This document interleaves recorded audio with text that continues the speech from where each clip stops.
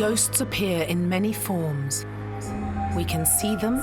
What was that? We can hear them. I am not afraid. And sometimes we can even feel them. We've gone around the globe in search of the most terrifying spirits and supernatural beings who continue to live on long after their deaths. On World's Scariest Hauntings, anything can happen. Because you never know who's watching when the lights go out. What the hell was that? In this episode, a medieval castle once home to a bloodthirsty clan. If you've got people being thrown into dungeons, you imagine the actual emotional anxiety that they're going to go through. It would obviously have a massive effect on the energy levels that are absorbed within the fabric of the building. Murder and torture were a daily occurrence in the aptly named Bloody Chapel.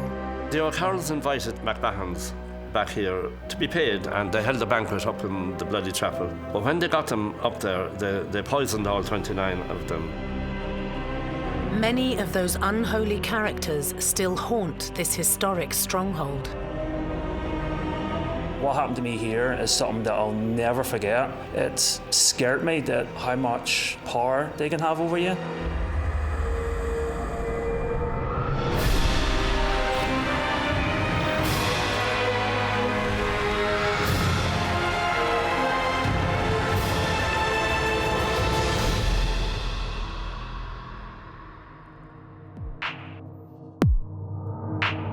In the Irish county of Offaly stands an imperious fortress.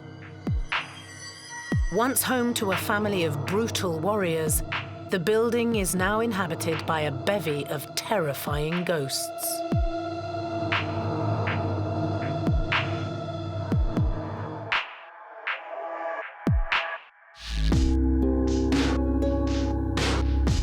Tales of bloodshed and slaughter, Leap Castle wouldn't look out of place in a Hollywood fantasy world. But the stories of death and torture here are very much real. Sean Ryan has owned this medieval stronghold for over 25 years. We were just lucky. It came up at a time when there was nobody interested in it. It was very cheap. I had loads of energy, and I just fancied having a go at it. And that's how it came about. But we're delighted we did. We loved the place. During his time at Leap, Sean has learned to live with his ghostly lodgers. There are lots of spirits in the house. They don't interfere with us or make life difficult. They let us know they're here. And we live alongside that. Sean often hosts paranormal evenings for ghost hunters from around the world. Warren Coates from Northern Ireland makes regular visits from across the Irish border. It took a bit of persuasion to get him to allow us into the castle, but obviously Sean, being the gentleman that he is, let us in, and right from the word go, there was just things happening. It was like getting a cloak of energy just put around you as soon as you come down into it. About a couple of weeks after that, there was myself and another 2 group members came down, and up in the chapel at the top, we had stones thrown at us. And again, to us, it was just trying to draw attention. You know, people sort of freak out and think, oh, there's something trying to possess us or trying to harm us. Things they got are normally the spirit, just trying to draw attention. Warren works alongside fellow paranormal enthusiast Neil McMenamin. First time I was overwhelmed because it's such a big hype for this building and you're so excited and you're expecting so much. But it took 2 or 3 goes in this building before I got what I wanted, what I got out of it. Neil and Warren have captured many EVPs during their investigations at Leap Castle. EVP stands for electronic voice phenomena. It's a way of capturing ghost voices or disembodied voices, normally using a digital audio recorder or a cassette recorder. Please make a noise for us now. Oh, God. I've been to tons of locations and things happen. You hear noises, you hear bangs, doors close, multiple different things happen. This place affects you emotionally, so I don't know how to explain that. I can explain all the other ones, but here just messes with your brain. Please make a noise for us now. Oh, God. And I don't know how to stop it. I don't know how to protect myself from being that way, because it did scare me.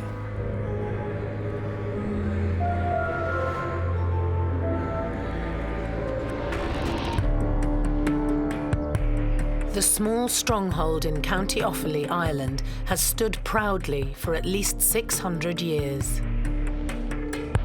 Leap Castle is located right in the sort of heart of Ireland, the Irish countryside, and was apparently built sometime between the 13th and the 14th century. And quite early on had come into the ownership of the O'Carroll clan, who were a notorious clan of the area who supposedly had kept a very sort of bloodthirsty reign of power over the castle. They didn't emerge down here really as a clan. They did so up where the border now is with the north. But way back in the 9th century, they were so troublesome, they were driven out and they moved down through Ireland. Eventually came on this country, which was ruled by a clan known as the O'Bannons. But the O'Carrolls very quickly took over, and the O'Bannons became like a sub-tribe of theirs and lived back on the Slievelone Mountains. The fearsome O'Carroll clan remained at Leap until 1659. Then at some point it came into the hands of the Derby family sometime in the 1600s. And there's one woman of the Derby family who apparently brought evidence of potential hauntings at the castle to the public attention. The Derbys lived here then until 1922. It was bought and sold then many times during the 1900s until it came up again in 1991. And that's when then we, in probably a little fit of madness, decided we'd buy it. Early 94 then I started the restoration, albeit I've slowed down a good bit now because the madness is over. But we have enough space to live, so that's fine for us. Under Sean's stewardship, Leap Castle has thrived. The history alone, places like this need to be kept and restored, and it's good with the paranormal world because it keeps, see like the money produced like doing events and all here, that brings in a ton of money that we can use to restore. Then we help Sean restore the building and keeps it up to date and stuff and all, and keeps more people visiting from all around the world, because this building is known all around the world. It's just an amazing building in general, so it is. It was the history alone that first persuaded paranormal investigator Ray Mullen to visit Leap. The very first time I came here, we actually came on a day trip. You know, we just came to have a look at the castle, and we actually were staying in a near castle, Kinnity Castle, and we were really intrigued by it. There was like a feeling as you walk in that door. And we decided we'd like to stay the night here, you know. So we had the group set up at that stage. So we said, okay, we'll give it a go and see what it's like. And the very first time we stayed here, we were scared because we'd heard so much about the castle. There was a few things happened that we couldn't explain, noises and stuff that we were amazed by. Certainly we have had smells up in the gallery room upstairs where a real strong sort of disgusting smell would have wafted across, and then a split second later the smell's gone. You know, and you also get that drop in temperature. Many believe that activity like this is all down to an unworldly inhabitant of Leap Castle. Elementals are what I would class as low-level entities, basically. They're not human, they've never been human, they've never walked the earth as a human, hence why the elemental name is given. The elemental that's supposedly in Leap Castle is classed as a figure, but it's also accompanied by the smell of rotting flesh, and people say that this is more of a demonic entity within Leap Castle rather than, obviously, a positive energy. Now, it sounds horrific and all that, and it was written about by eminent people at the time who stayed here and experienced it, and I'd have no cause to doubt them. Stories of the elemental date back centuries. Elementals are very common in folklore, particularly in sort of Irish folkloric mythology. Talk of fairies and the creatures of the country and hidden realms. We sort of see them cross into ghost stories because they have properties that what we think of as traditional ghosts might share, and some people have even suggested that what we take to be a ghost is actually an elemental. That's sort of a whole different thing in itself. I believe that they reside on a different plane than us, within our plane, but not to where we could see them or be a part of their world. And from what I know of elementals, the one in Lepcastle was conjured, was brought through in a negative way to do negative things. One group of ghost hunters decided to fight negativity with negativity at Lepcastle and captured a disembodied voice on camera. I mean, this is your place. You're supposed to be the boss here. Seems like you're getting your face licked here, man. Just like... In this particular audio recording, you can hear a clear no response. Now, the investigator is provoking and trying to get the spirit to interact, communicate, and respond, but the response is quite clear and it's whispered, and there is a definite no there. I've seen it be used as a tactic to try to provoke spirit to get them to communicate with you, but I really just think it pisses off the spirit. I mean, I'm sure you get what you're looking for in terms of provoking the spirit, but I think it's a very dangerous game to play. But I guess it works for some people. Anger and negativity are two strong feelings that run deep at Lepcastle. Years of bloodshed and torture have left a legacy of tyrannical spirits.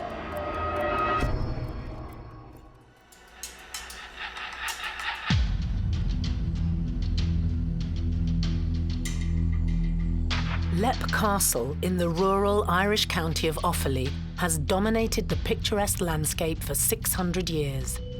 The family most synonymous with this stronghold is the brutish O'Carroll clan, who defended the land around them by any means necessary throughout the 16th century. One particular story from 1592 reads like a plotline from a Hollywood fantasy drama. The O'Carrolls hired a neighbouring tribe, the McMahons, to act as mercenaries for them. After helping the O'Carrolls train for battle, a feast was planned to celebrate.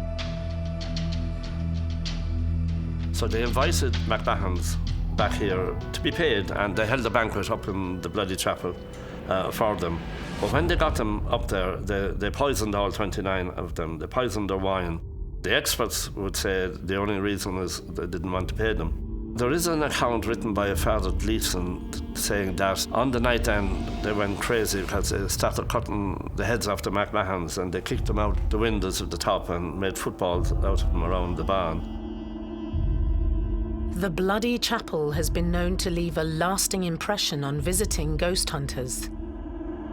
I've been here 4 times, so I have, and it's an amazing location, so it is. It affects your emotions, something shocking. It is a total different feeling. It's hard to explain, but it wipes you, it exhausts you, it's tiring. It's enjoyable, it's an amazing location. It's only when you're here on your own, at night time, when things generally happen. Some people say it's ridiculous. It only happens at night time. It's just I think the reason for that is because you're on your own. There's not many distractions going on. Warren Coates remembers spending the night in the chapel. We walked into the chapel, and over at the far side, just when you turn, you walk into the actual chapel itself. There's a doorway at the left-hand side of it. And I was aware of a figure standing in the doorway, but I thought, I suppose in my naivety, I thought it was like a dummy or something that had Sean had set up just for added sort of fear factor. We walked into the room, sat the stuff down, I looked over and the figure was gone. And I never said anything to one of the other group members. I could have sworn there was somebody standing, there was a man standing over there. And we thought it was Sean's wife or his daughter, and then we found out there was nobody down here. We actually went into that room and there was nobody at all there. But I say, you'll be standing here and you hear the noises, you hear the doors rattling, you hear the chairs rattling on the stone flagons, and you hear the footsteps up above as well. Warren's fellow paranormal team member, Neil McMenamin, had a terrifying experience in the unholy chapel. I don't know why I went off my own, but I just went off for a wee walk. So I just had a wee look around, and I worked my way up the bloody chapel, and everyone's downstairs having fun, eating, all chilling out. And I got upstairs and I came in here, and I remember, I think it was nearly an hour went by and no one came looking for me. Didn't even notice I was gone, and it was just getting dark, so it was. I was just standing and just looking about, and there was black shadows floating about here and there, kept outside my eyes, kept catching them. So I did, and I was calling out. Something overcame me. I sort of worked my way towards the window. Something was telling me, I'll be okay if I jump. I'll be okay. I know it sounds a bit crazy, so it does, but I must have been standing there for a good 20 minutes, looking, thinking I could squeeze through that window and looking down at the forest below. Someone was telling me, you'll be fine. You're not going to get hurt.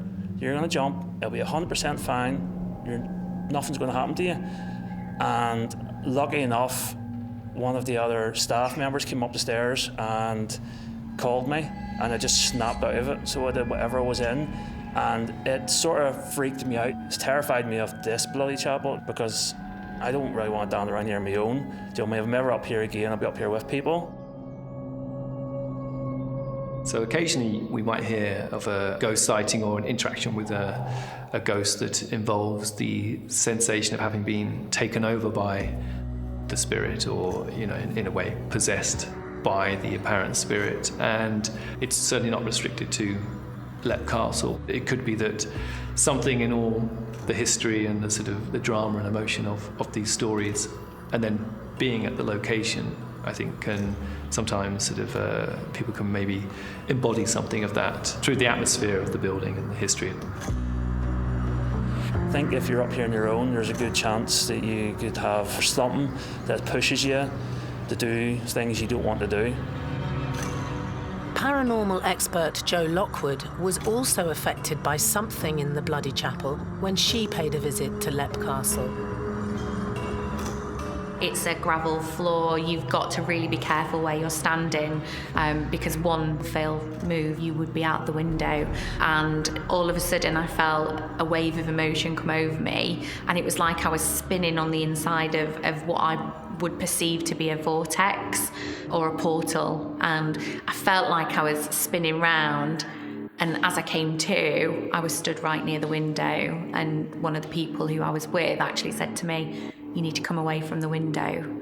So that leads me to then think maybe there was something there that was asking me to do something and I wasn't aware of it. It's a strange occurrence. It's not something that I want to repeat again, if I'm honest. Lots of people are susceptible to spirits, and that means that they're able to be taken over by them, especially mediums or those with clairvoyant gifts. So sometimes mediums can channel spirits, but it's very rare for a person that doesn't practice that kind of spirituality to be taken over by a spirit. But when this happens, it's a sometimes scary and very, very dangerous thing. Going into haunted locations, you come into contact with very powerful spirits that can make you feel the way that they're feeling. We're such sad spirits that make you feel the way that they're feeling. And there have been accounts of people being taken over by spirit. It's not a common thing, but I think it's more common to have a spirit project onto you what they're feeling. It makes more sense than being possessed. And being in such a place of such destruction and terror and torment and torture, definitely makes sense that you'd walk in there and you would feel everything that those people felt going through what they did at that building in that location. Neil will never forget the power of the spirit in the Bloody Chapel.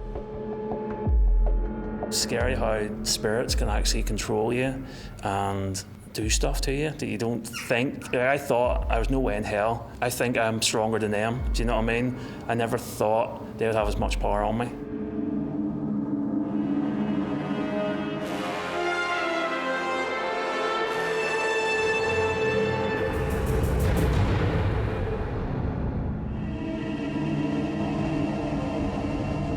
Leap Castle is synonymous with bloodshed, but not all the ghosts at the medieval stronghold are linked to its brutal past. Emily and Charlotte are two child spirits that are often seen and heard playing at Leap Castle. Both their spirits have been seen playing on the staircase, and it's reported that Emily's scream has been heard as she's fallen from the battlements. Paranormal investigators believe that Emily fell to her death around the turn of the 17th century. Lots of people will see a rope ladder because where she got up to fall, she had to go up on a rope ladder. And quite a lot of people who are touched with things see that rope ladder. Now, what we experience is we hear a scream. We think it could be the scream of her falling. We're not sure. I mean, we can't be 100% sure. But it's the only thing that raises the goosebumps, you know, when we hear that scream. And it's really short. It cuts off like a knife. Although Emily can be heard falling, it's her companion Charlotte who appears to be suffering an injury. They're always together. And she has a very badly deformed right leg. It's almost completely turned backwards. And she hobbles around after Emily. So it makes sense that their spirits would still remain there, because if my brother or my sister, something bad happened to them and I couldn't find them on the other side and they were where they passed away, I would stay with them just to be together. Although not much is known about the history of the two children, it's not uncommon to have young spirits inhabiting a haunted building. There are so many reports from paranormal investigators and eyewitnesses of children being seen and heard playing in various locations across the world. It's common for spirits to stick around in their place of death because of the torture and the torment and the traumatic circumstances that these spirits would have died in. There's something uniquely tragic about the idea of a child having lost its life, even a child being murdered, and then this sort of sense of them being left alone to haunt a place and being trapped there. I think that plays on all of our emotions. Child spirits tend to be more mischievous, so you may tend to find that child spirits are more stuck in people's minds because they like to pull things, they like to mess with people's hair, they like to tap you, and things like that, which is intelligence, especially for a child spirit. Emily and Charlotte are often seen alongside another spirit known as the Governness. We might often hear as well stories of how they're supposedly being looked after by a governess figure or a nanny or some sort of caretaker, and I think that sort of emerges from this idea of the tragic notion that a child is somehow being left behind by their parents, and it's comforting to think that they're actually being looked after by somebody. She's always around when the two girls are around. But she touches off people. It's like somebody passing you and kind of brushing off you. A lot of our visitors now experience that. So even in death, if they're intelligent spirits, she would still be looking after them because that was her job in life. So she would still continue to do that in death. But not all the ghosts at Leap Castle are quite so shy and retiring. Some of them are ready and willing to make themselves heard. Eat.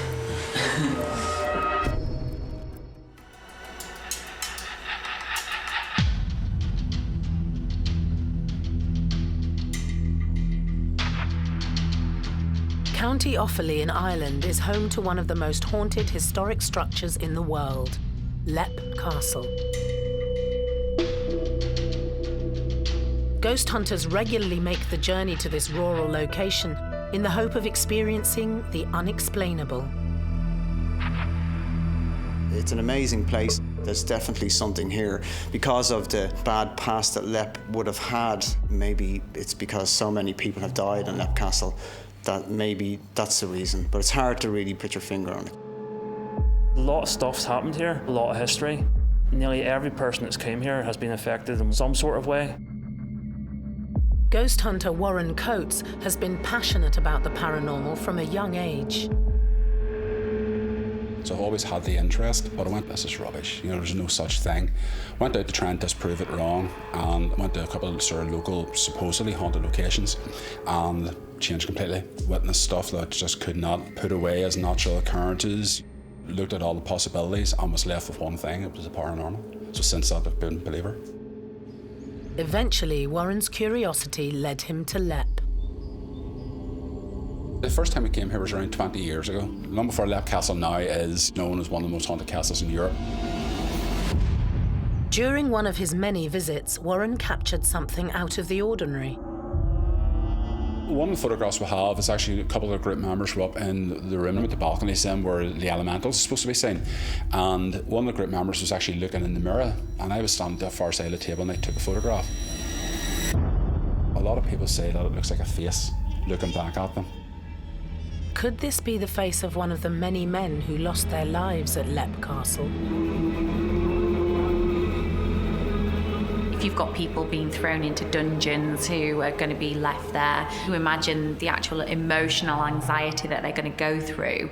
It would obviously have a massive effect on the energy levels that are absorbed within the fabric of the building. I would say that it's common for a spirit to stick around where they passed on due to it being so abrupt or so horrific that they don't know they're dead. They feel like they can't move on. It really goes back to the story of the spirit and what happened to them.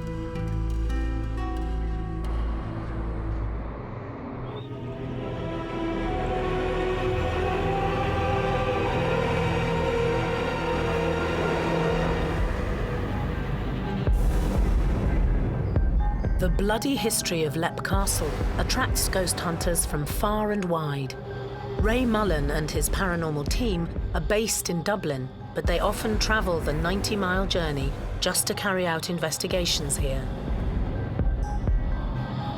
We've come to Lepp so many times. We've had voices on clips which you just can't explain. It just doesn't make sense. Ray works alongside his paranormal teammate, Derek Johnston. I think it's just the history of the bloody chapel that gives this place its reputation and tends all the groups need to come and visit. I just keep you drawn back to the place. Ray and Derek have perfected a way of capturing the spirits at Lepp. What we do is we set up some cameras, we set up EVPs, and we just talk to see is there anything there and if we get any answers. Most of the time you'd be talking away, having a general chat, and you just hear a voice and maybe in the background when you're listening back. And it's when you least expect it. There was two of the lads out in the balcony where John grows the grapes, and we were setting up the cameras on the inside, and I was shouting out to Stephen, who's there with us as well, how to hire and lower the cameras. And then we got this EVP that something said, it, and then a laugh, or it could be eat, and a laugh. Eat. Derek would listen to a lot of footage. He spends so many hours. It takes a lot of dedication. He sits down, he goes through all the tapes, and you'd get a phone call from Derek to say, I've just heard something I really need you to listen to. This particular clip, there was no female there that night. We're just setting up equipment, and it's like you can hear a female voice. It's like as if she's been watching or something, in the background while we're setting up the equipment. Eat.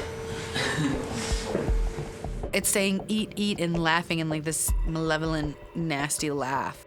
Sounds like a clear EVP. I would definitely rank that high on the EVP scale. EVPs like this still excite a seasoned investigator like Derek. The hair stand up on your neck, to be honest. Because I'm a skeptic as well, so I don't usually believe in all this stuff, but I can't explain it.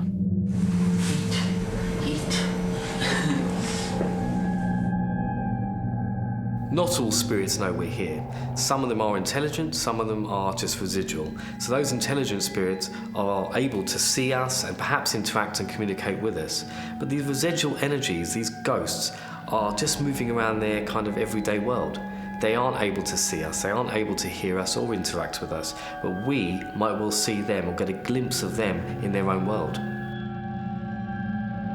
On the very same night, Derek kept his recorder rolling. Shortly after that then, there was another EVP. Within the 3 minutes of that clip, there's another one near the end of it. It's a very faint voice, you probably need earphones to hear it, but it sounds like I had to go past Jesus Christ, or something like that.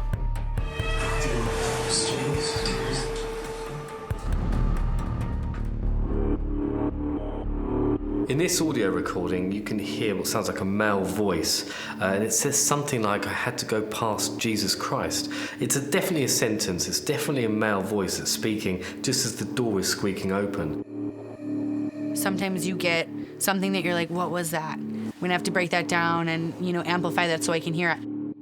And then you have EVPs that are clear as day as this one, that you can hear exactly what they're saying, and I say that's a damn good EVP.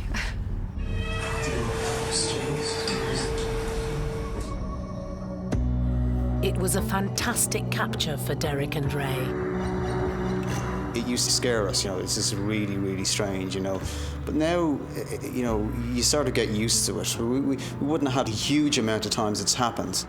But when it does happen, there is no explanation for it. Where did the voice come from? There must be something. So there's something in there that says there is something, Capturing intelligent spirits on tape can be extremely difficult, and often the responses they give are seemingly random. Is it possible that they're not even aware that they're being contacted? I don't think it's that they don't know. I think it's that they don't care to know. I believe the afterlife is very much what you perceive it to be, what you want it to be. But as I've come to know is they're aware of time, but they're in a timeless place. So how aware of time can they be? So they know that we're there and that we're, still living and on the other side, but I don't think they're like, oh, it's 4 o'clock Eastern Standard Time. Gotta hurry up, it's getting dark outside. I don't think they're aware like that.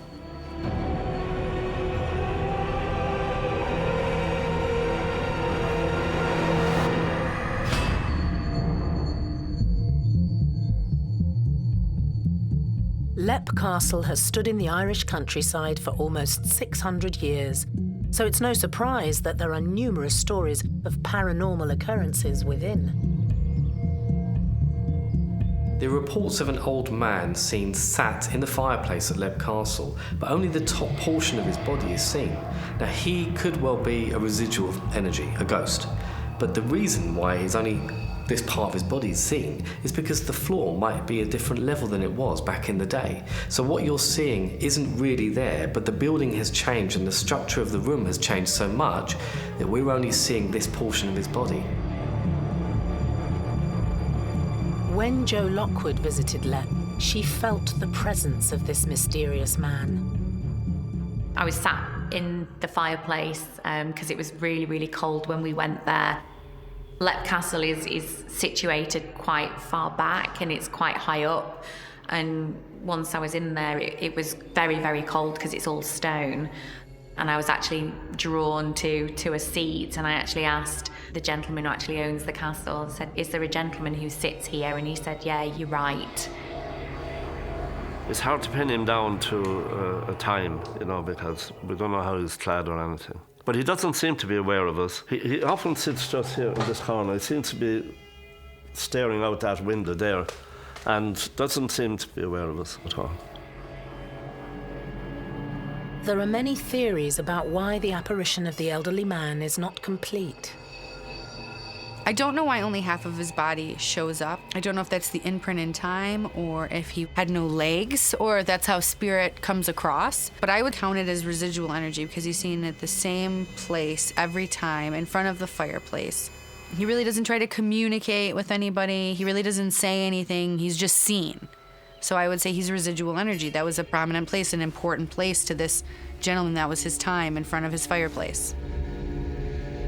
When we hear of ghosts that are disembodied and only partially visible, people tend to think of this as representing one of two things, which is either that when they originally existed, the place that they sat on or where they used to walk was sort of below where it is now. You can't sort of see below the floor, so that might be one explanation. Another being that if it's a residual ghost, whatever's keeping it here is starting to wear out over time and it's sort of vanishing.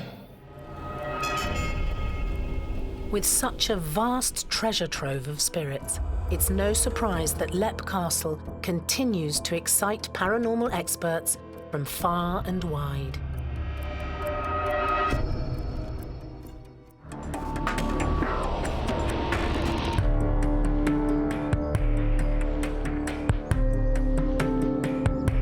Leap Castle is one of the most haunted locations in Ireland. A history of bloodshed and torture has left a whole host of paranormal energy within the building. I suppose we kind of want to associate spirits with places like Leap Castle because of their sort of quite dark and mysterious and sort of traumatic history. It sort of really captures the imagination of what we associate the haunted place to be. In the castle's most notorious room, the Bloody Chapel, the apparition of Father Thaddeus O'Carroll has been seen on many occasions. It's quite common for the spirit of monks or priests to be seen haunting locations. In this particular case at Leap Castle, the priest was murdered by his own brother in the Bloody Chapel. Thaddeus was one of the members of the barbaric O'Carroll clan who once ruled over Leap Castle. Unlike in so many tribes, the leadership did not pass down to the son of the chieftain. Instead, the elders would select a shortlist of candidates and decide between them. When Mulrooney O'Carroll died in 1592, Thaddeus and his brother Tig were in line to take over. Two of them were up for chieftaincy at the time. And one of them, Thaddeus, was a priest. Tig was the other one. Thaddeus started a mass one Sunday before Tig arrived. And Tig reckoned it was the worst insult ever paid him. And he killed him. But of course he was getting rid of the opposition. And he did. And he became chieftain. Paranormal experts believe that Thaddeus still roams the chapel in search of revenge. As in Japanese folklore, the sort of spirit is known as a reikon, and you can actually get a very specific ghost called a yurei. So a yurei is a ghost made specifically because the spirit was created through a violent act. And so in that moment of violence or heightened emotion, the spirit transforms into a ghost called a yurei, which then will come back to haunt whoever they consider responsible for their death or creating that moment. But with Thaddeus being a holy man, it's possible that he's not out for vengeance and perhaps just wanders through the chapel he once called home. So his ghost still remains there, which makes sense because he might be protecting it. He may be trying to warn people to not go there if it's a bad place, if it's a dark place, because there's just a lot of heavy darkness surrounded around that energy. So maybe the priest is sticking around to bring light and love and to maybe keep the darkness at bay, like a protector, like there to protect and oversee and make sure that there is peace brought to the land. I don't think he's stuck. I think he's there at his own will to do good. While searching for Thaddeus, paranormal investigator Warren Coates saw the apparition of another religious figure in the chapel. There was one, there's an oldish man. We've seen a couple of caves up there. He looks like a stereotypical monk that walks about, but he would sort of hide. If you're over at the far side where Liblade is, he sort of hides over in the background and he would sort of stay there. And then when you walk away, it's as if he's following you throughout the castle, keeping an eye on just what you're doing. We tend to hear a lot of stories about religious ghosts, or particularly in the United Kingdom and Ireland, ghosts of the Christian faith. We frequently hear of monks being sighted near religious locations or places that have been sanctified. And I guess the reason for this is that the association with the ascension to heaven, but only being possible once you've had a proper burial. So for any religious figure to have not been buried properly or to have been murdered, to have been killed unlawfully, would somehow disturb their spirit, and therefore that's why we might see them still hanging around these buildings. Religious ghosts are actually quite common, and it might well be because they've died perhaps in such traumatic circumstances that there is this kind of comparison to their good, fulfilling life and the way they actually perished. So their spirits are trapped in this ether, in this plane. You don't even have to be inside the bloody chapel to experience the ghosts within. Across the valley and they've rung us to say there's a light in the chapel again, but by the time we get the call and get up, it's gone, you know. So we actually haven't seen it ourselves, but they do see it and they ring us. I've actually seen those lights firsthand. I went to Lep Castle back in June of 2016 and went along with 2 other paranormal investigators, and it was a little bit strange, to say the least. Light anomalies have been seen in the bloody chapel quite frequently. Now this is common because spirits use energy, including light energy, to try and manifest and show themselves. There was a massacre that took place in the bloody chapel, that these spirit energies are still residing there, and they are trying to form into something and give themselves some kind of body to show themselves, and that light anomaly is quite a common occurrence. We often hear reports when people talk about strange sightings, particularly possible ghosts or apparitions. You commonly hear stories also of strange lights being seen at the same time, or something glowing. It might happen at night time and there's not a light source around. So, the fact that this is something that happens at Lep Castle apparently would be quite a common occurrence.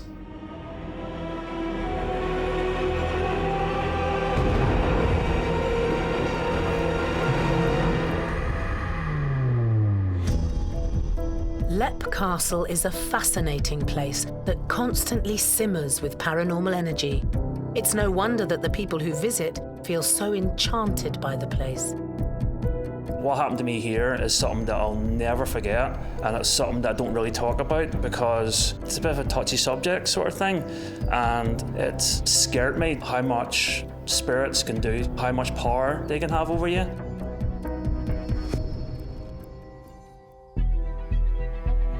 The castle itself is in good hands, and there's no reason why it couldn't stand for another 600 years. What Sean's done here is amazing, and when Sean took us over, it was just a shell, and he's done all the work, and that's why he is so accepted by the spirit energies that live here. But there's a history. If Lep Castle had been knocked down years ago, there would have been a field here, it would have been somebody's big mansion house built here now, and the history would have been gone. The energies would have still been here, stories would have still been here, and all the folklore would have still been here. But once you lose place like this, it's gone forever. You can certainly build a replica, but it's not good enough. Even if it wasn't haunted, or even if it was nothing, whatever was going on here, it would still be an amazing building to come and visit, take photographs, bring your kids. It is an amazing building, so it is. It's really important to the haunted world.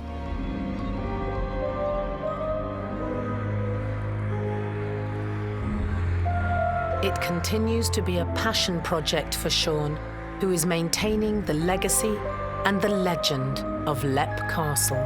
I'd probably never finish it, unless I live till I'm 100 or something. That doesn't mean I won't stop.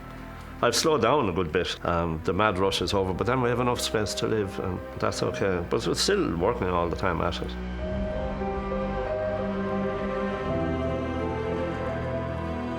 Sean has done everything that he possibly could to keep the place going. He keeps the history of it alive. It's like when I come here, I try and imagine what it would have been like to live here maybe 600 years ago, and it would have been quite a different place. It's an amazing castle.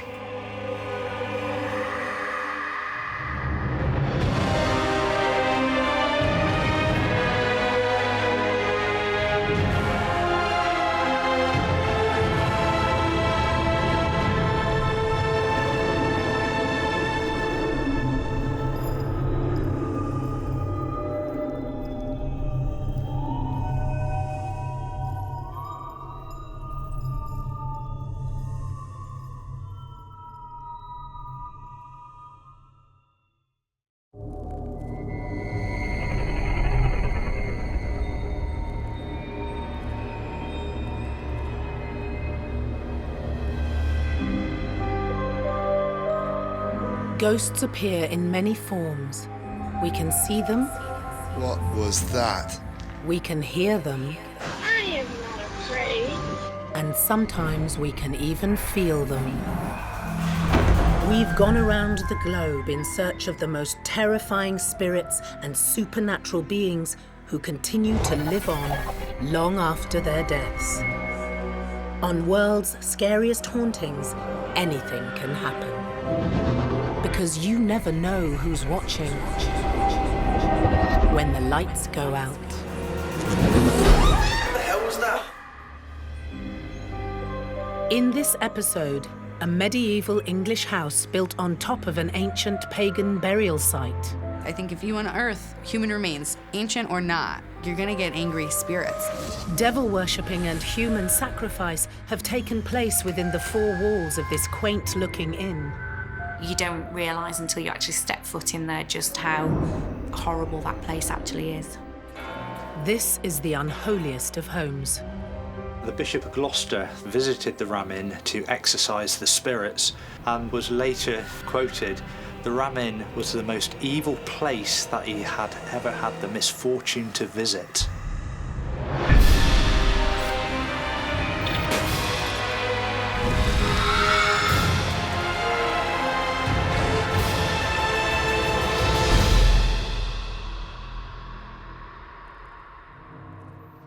Gloucestershire, Britain. The small village of Watton-under-Edge lies within the Cotswolds, a scenic part of the country where people often come to enjoy the peace and serenity of the English countryside. But there is one building that looks a little out of the ordinary, an eyesore on the picturesque landscape.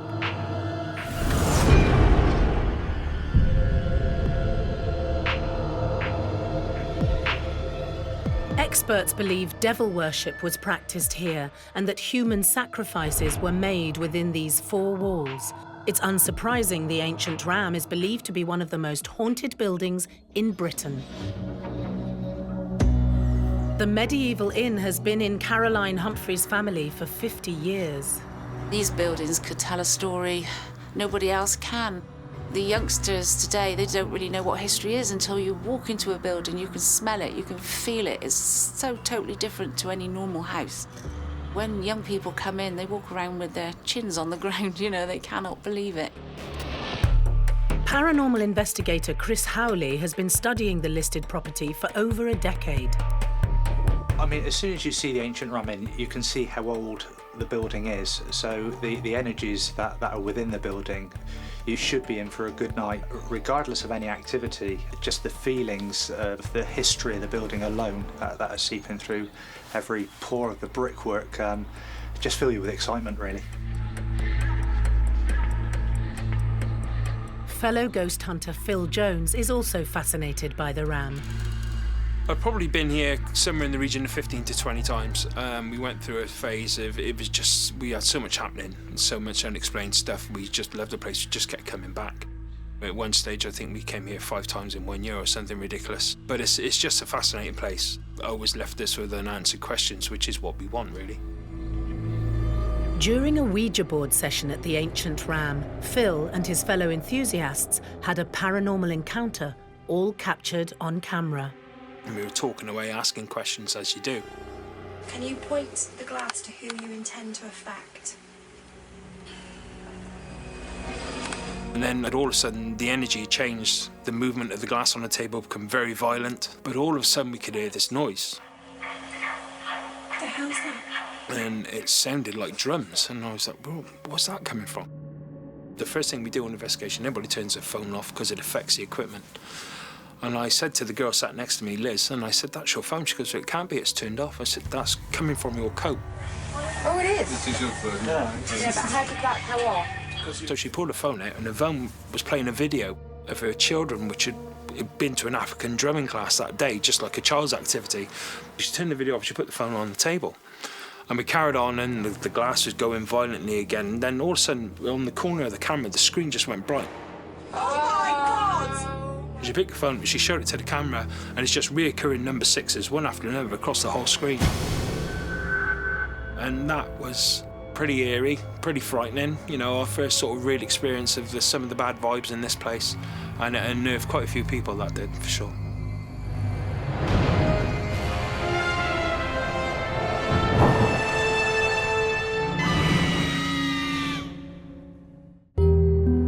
It's widely believed that the ancient ram is built on top of a pagan burial ground, which may explain the paranormal activity within. Historically, there was a lot of importance put on the type of burial you receive, and if you had not been buried correctly, it could possibly lead to somebody's spirit having to come back into the real world and not being able to settle in the afterlife. So to then disrupt a burial site after somebody had been correctly buried would bring them back from the dead, essentially.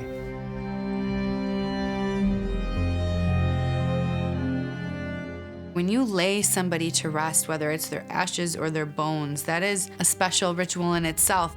You're making a holy, sacred, safe place. And when you unearth that and you don't properly take the steps to do right what was done wrong, you're going to upset the other side or whoever's bones you're doing this to. And the fact that there was sacrifice, human sacrifice, child murders, highwaymen killing and murdering people there. You have all of this over many, many hundreds of years building up on the property and the land, and it's absorbed into the fabric of that building. There's no place for those spirits to go, and that seems to just trap them there, almost like a portal to the other side. The ancient Ram Inn has stood in Watton-under-Edge for 1,000 years. It's one of the oldest houses in Britain. I think it was built in the 900s, but our deeds go back to the 11th century. It's in the Domesday Book saying it goes back to Richard the Lionheart's reign. I believe it was a manor house, it was a tannery, it was also a brewery for the church. So the people that lived here were anything from peasants to royalty, really. Historically, we don't know too much between 1145 and 1350. All that we know for this period of time is it was predominantly a church house, and it would have been used to house the stonemasons involved in the building of St Mary's Church, and possibly slaves, including children. By the 20th century, the Ram was badly in need of renovation, and a local carpenter couldn't resist the challenge. It was 1968 when John Humphreys bought the ancient Ram Inn for £2,500, and it wasn't until then that we got to hear of all the ghost stories. Well, in 1968 I was 7. There were no such thing as ghost hunting events then, and nobody really wanted to come and look for ghosts. Mum and Dad didn't really elaborate on the paranormal activity that was going on here because obviously they didn't want to scare the children. I slept above the grave and in various other places in the Ram, and had I known that, probably at the time, I'd have run a mile.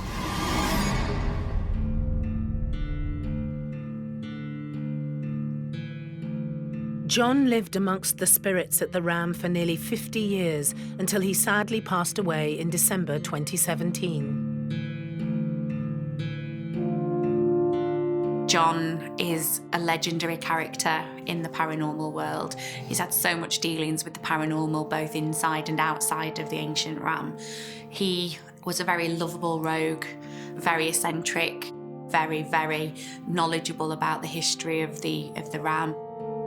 John himself feels like the spirits know him, and he has a connection with them. And I believe his spirit is probably still there, looking after the place.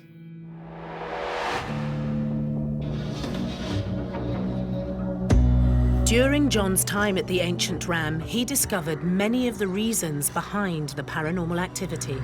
We do know that the ancient Ram Inn is built on the intersection of 2 ley lines. Now, ley lines are said to be naturally occurring bands of energy that span the globe, and ancient monuments have been built along these lines. So it said the energy from Stonehenge could be powering the building for all the spirits and ghosts that inhabit this place.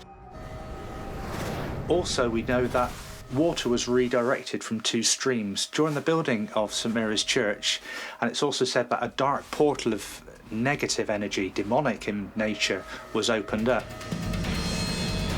So you've got a building here built on ley lines with a portal of demonic energies, and I'm just wondering in 1968 if John actually knew that when he bought the property.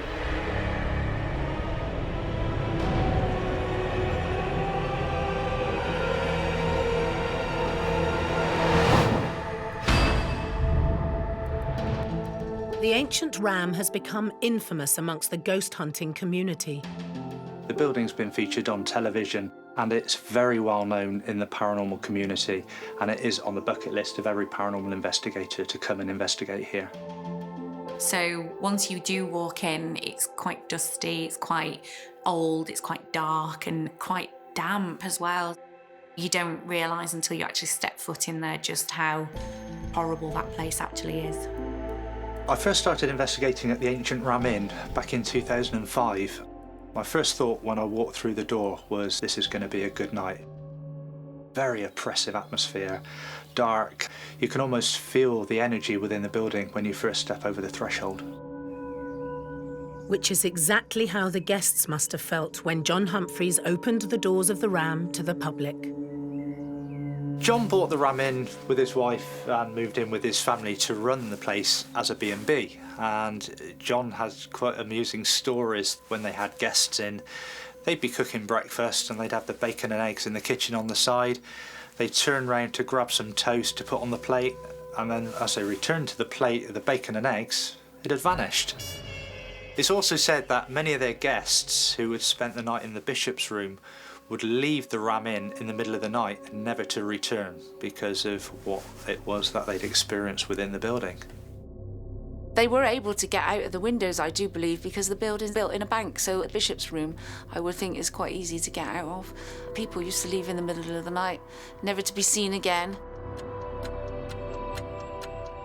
The sheer volume of spirits beneath the thatched roof of the Ram may keep some people away, but for a paranormal investigator, the medieval home is incredibly alluring. So the Ancient Ram Inn, in my opinion, is teeming with spiritual energy. There are so many different levels of energy from different history and points of history. You have intelligent spirits there, and those are able to communicate intelligently with you. They're able to interact with you, move objects, leave messages on voice recorders. Residual energy, however, is more like your ghost. So you might get that impression of something forming in the room and then walking off and disappearing into a door or a wall. So residual energy is like a playback of past events, like echoes of the past. The oppressive atmosphere may make the ancient Ram feel uninhabitable for human life, but the dark, historic building is the perfect home for a whole host of paranormal beings.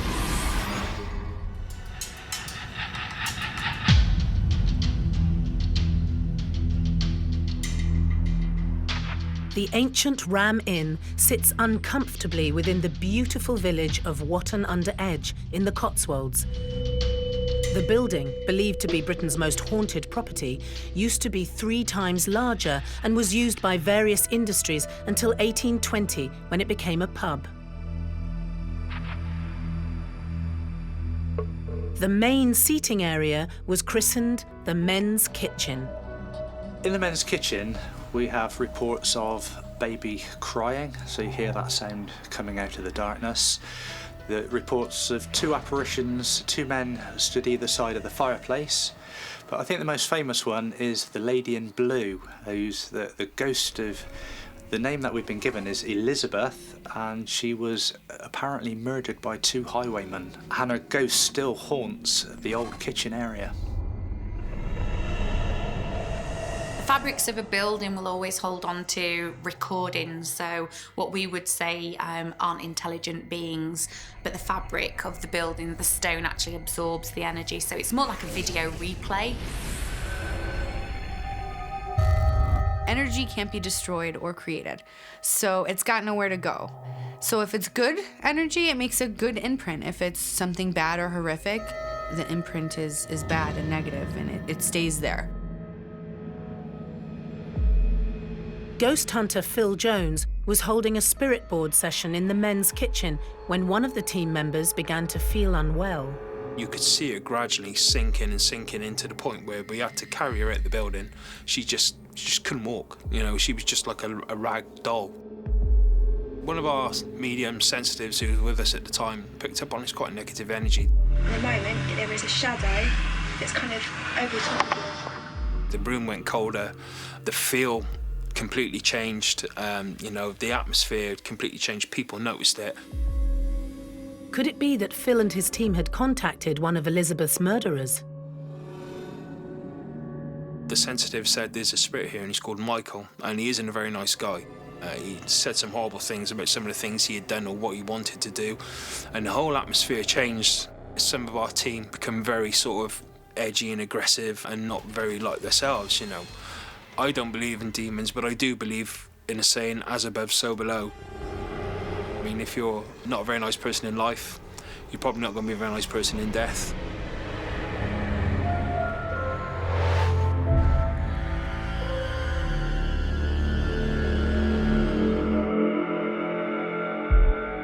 Upstairs in the Ram is the most haunted room of all, one that former owner John Humphreys treated with trepidation and respect. I think one of the most interesting rooms in the ancient Ram Inn has got to be the bishop's room. I know John used to have a ritual before entering the room. He would grab the crook. I've got to give you permission to go in here. And rap on the door 3 times, calling out, "Is anybody here?" Is there anyone here? And making the sign of the cross, he would enter the room. Now, John says he used to do this because countless times when he was in his bed at night, fast asleep, he would be woken by the door of the bishop's room being rattled furiously and making quite a sound which echoed through the building. And so John said by performing this ceremony, it seemed to calm that activity down. I think the bishop very much appreciates that. Just him giving the common courtesy, I'm gonna knock 3 times before I come into the door. It's just like living with someone else, having spirit in your home. And spirit should also respect you too, and your boundaries that you have, because it is your home and you're coexisting together. The mood in the bishop's room is quite dark, especially at night when you've got the lights out. You've got 3 beds, which are commonly used by ghost hunters to sit on. Years ago, before ghost hunting was invented, Dad had a paranormal team. They ended up stabbing the beds because you get a very heavy weight on your chest when you're sleeping in there. Or even awake sometimes, you can feel the pressure on your chest. It affects your chest for some reason.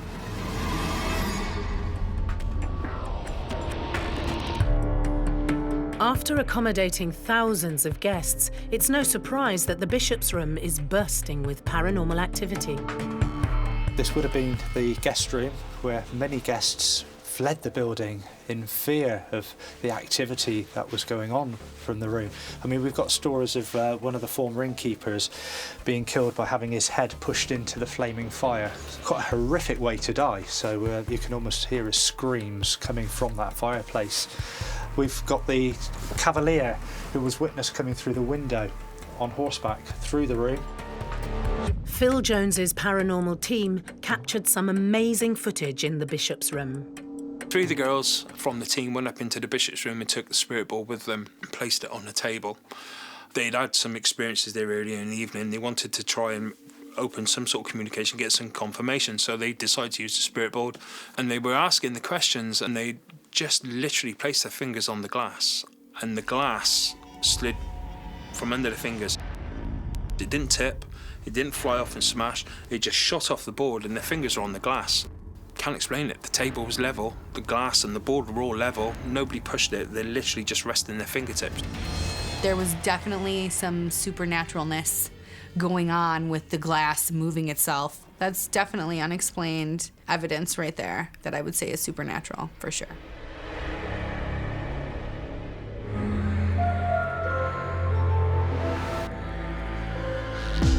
Along the corridor from the bishop's room is another terrifying bedroom. This is known as the Beaufort room, but also the witch's room. Now, it's nicknamed the witch's room because it is alleged that a witch hid out in this room with her familiar, the black cat, prior to being executed at the stake in the village. During the witch trials, anybody deemed to be doing anything against the church would have been deemed a witch. So they would have been hunted down and forcibly dragged off, and they were guilty regardless and executed quite unceremoniously. The murdered woman clearly has unfinished business. activity has been cited as a shadow figure that walks across the room. I have witnessed it myself, where I was on the landing just looking in through the doorway and a shadow passed the door frame coming from this side, across the frame and appearing to walk towards this side of the room. I came in expecting to find one of the team in here, but the room was empty.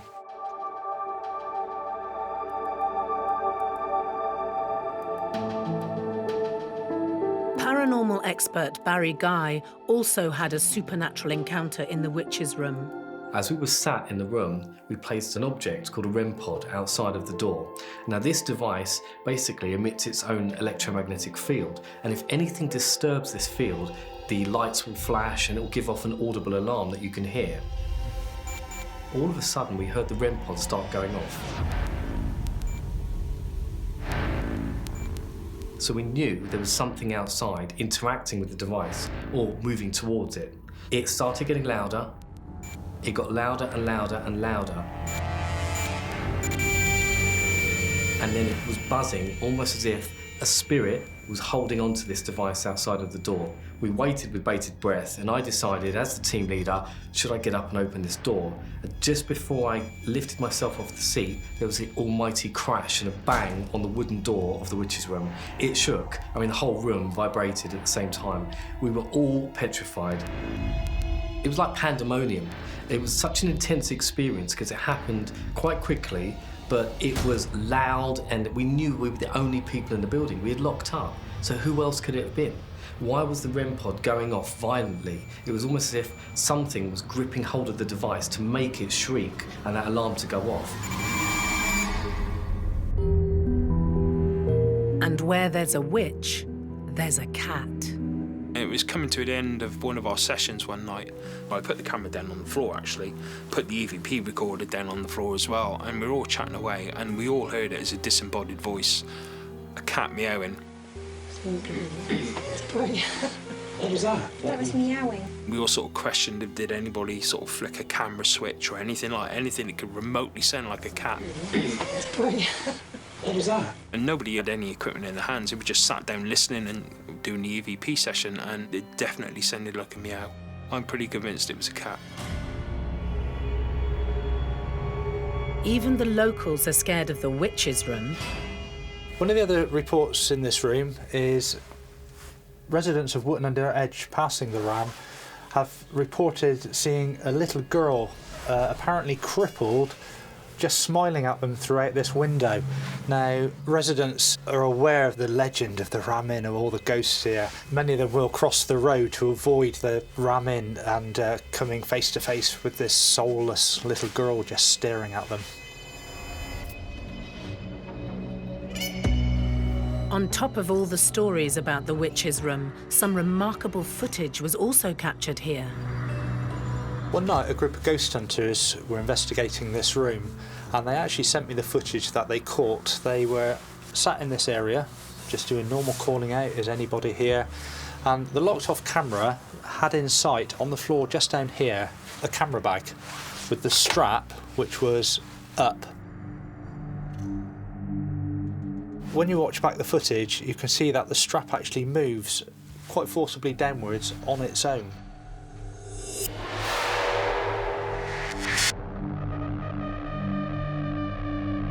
And it's quite an intriguing piece of footage, one of my favourites from this room. In that particular clip, you seem to see a bag in the corner of the screen, and there's a handle that appears to get pulled, lifted, and drops back down.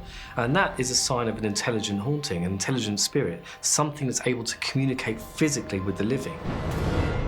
Generally, I don't get scared, but the Ram Inn is, after 15 years of investigation, is one building I don't think I could pluck up the courage to stay alone in.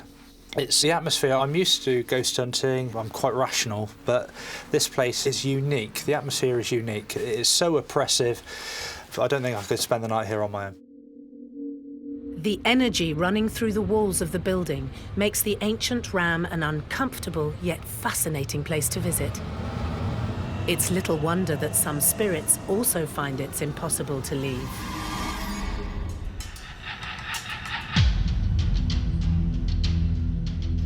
The The ancient Ram Inn is a small, unassuming house in the village of Watton-under-Edge in Gloucestershire that fascinates and excites paranormal investigators worldwide. Ghost hunter Lee Bullock remembers his first visit to the 12th century building. It's just the history, more than anything. I mean, it's next to two ley lines that are intersecting. It's a very, very old building. There's supposed to be sacrifices here, devil worship, witches that were killed here. So with a history like that, you've got to come and try and get something from the paranormal world. Coming through the door and walking through, especially coming up to the stairs, old wooden beams, old brickwork, very eerie, very, very eerie, and you felt creepy. It's the fear of the unknown. Lee has visited twice and both times felt the power of the Ram. The first experience when we were in the bishop's room, we heard chains. We were in another room and we could hear some sort of voice, a whiny voice come through on the cameras. Is there anything you'd like to ask? Are you trapped here? Are you trapped here? Intrigued, Lee and his team returned as soon as they could. So the second time we were here, we were investigating all downstairs. We did the bar area, the old barn, and then we got to the living room. Now, in the living room, we decided to do an EVP session using a digital recorder. Okay, so we're here at the ancient Ram Inn, EVP session 1 in the living room. When we listened to it back, we heard a whistling on there. What was that? None of us whistled. We know that. I've got the cameras to prove it. It couldn't have come from outside, because if it had, we would have heard it as well as the cameras picking it up. So we just can't explain that. What was that? Straight after that, we think we've caught a couple of voices. A female saying something like, "Take this away," followed by a man saying, "Cecil" or "Cecil." We just don't understand where those voices come from. Spirits there like to communicate with you. They like to leave a response or a voice. Sometimes you don't even know that it's happened until you play back the recording afterwards. But on occasion, when you're in a room and you're calling out for spirits to interact with you, you might hear a response or you hear a sound or word, but only one of you hears it, the rest of you don't. That's what I call a DVP, direct voice phenomena. The mysterious voice scared Lee. It's kind of weird to hear something that you think, well, it doesn't have a body, it doesn't have a voice, it doesn't have lungs, vocal cords, tongue, mouth. How is it doing this? How is it whistling? How is it talking? Was it dead 100 years, 50 years, 500 years? Why is it communicating now?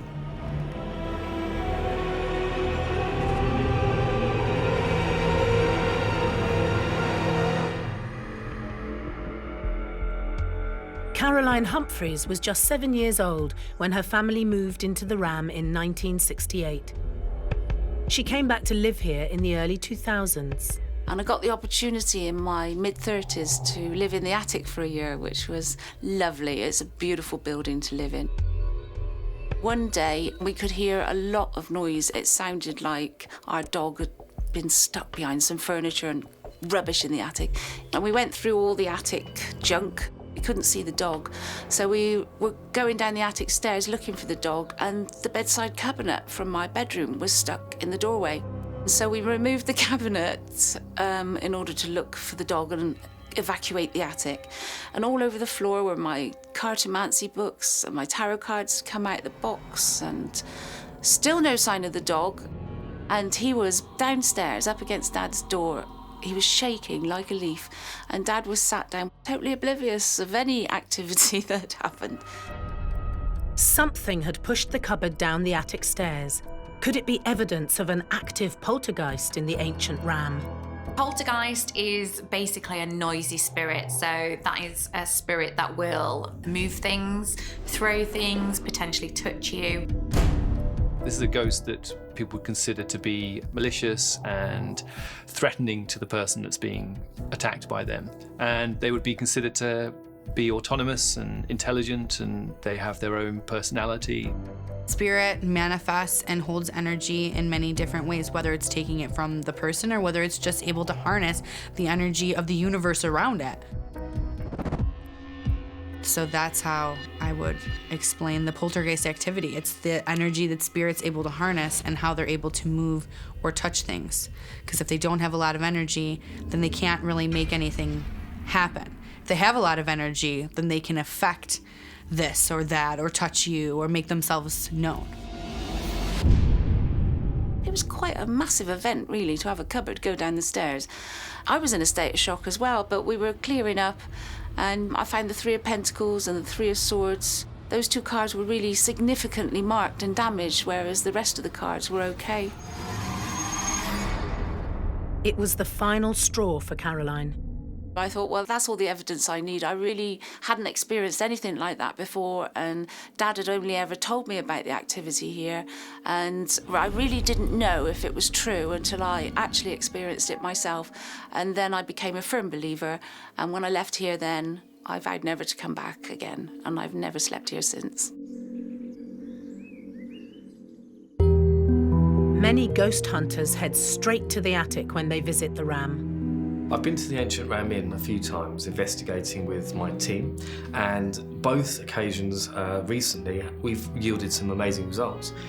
One incident, I set up an infrared camera in the attic of the building, and we also placed a motion-activated light in view of this camera, hoping that something would trigger the light off and we might get to see something, and we did. We caught what appears to be a shadow figure sort of emerging itself on the back wall in the attic, and it runs quickly past. But as it does this, the motion light turns itself on, which proves that it was triggered off. Something else was in that attic, and there was nobody around. We were all downstairs at the time. Shadow figures are quite common in the paranormal world. Generally, they're seen as corner-of-the-eye experiences, so you don't actually catch too much detail. It's something that's just caught out of the peripheral of your vision, and when you turn your head to look, there's nothing there. Of all the unexplainable happenings that ghost hunter Chris Howley has experienced over his time investigating the Ram, none have been scarier than the close call he had on the stairs. One of the reports of the staircase is of a demonic force that will try and push you down these stairs. On an overnight investigation, we came into the building, we thought we would set a camera up, so we placed a camera in that crevice at the top there, looking down the stairs, and I had a small Newton's cradle, which I thought would be a good idea to place on the shelf. Now, I had one of my team members checking the monitor, so I put the cradle down, radioed through, is it in shot? Said, yeah, all's good. I then turned round to go back down the stairs. The walkie-talkie went off with a load of expletives as he witnessed this come off the shelf, and it flew past my head, down my right-hand side, and lay in a tangled mess at the bottom of the stairs. It was quite a frightening experience, but I was more disappointed that we hadn't managed to press record.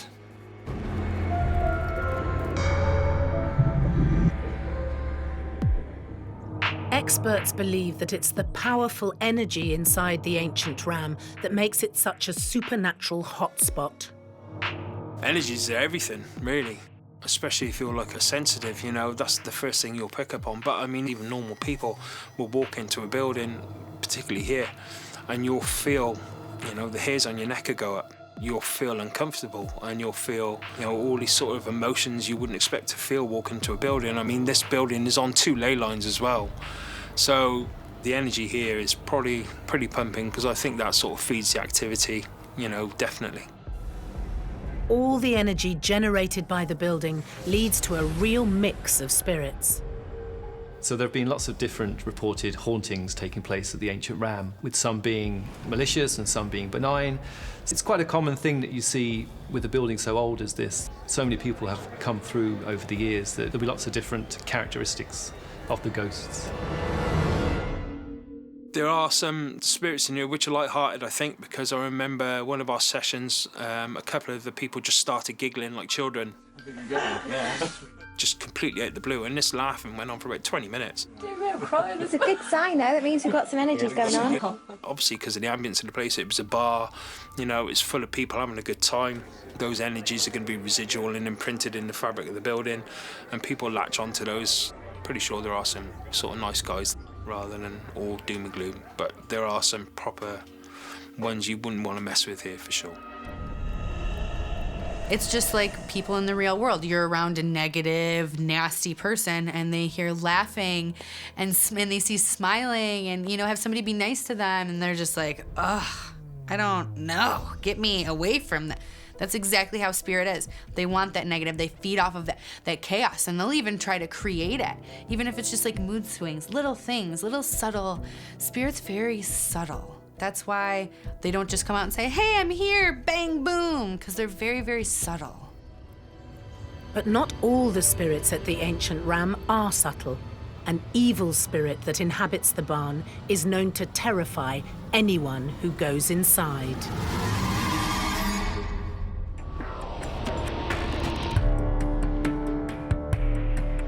The ancient Ram Inn is reputedly Britain's most haunted building. The medieval house is steeped in history and flooded with paranormal activity.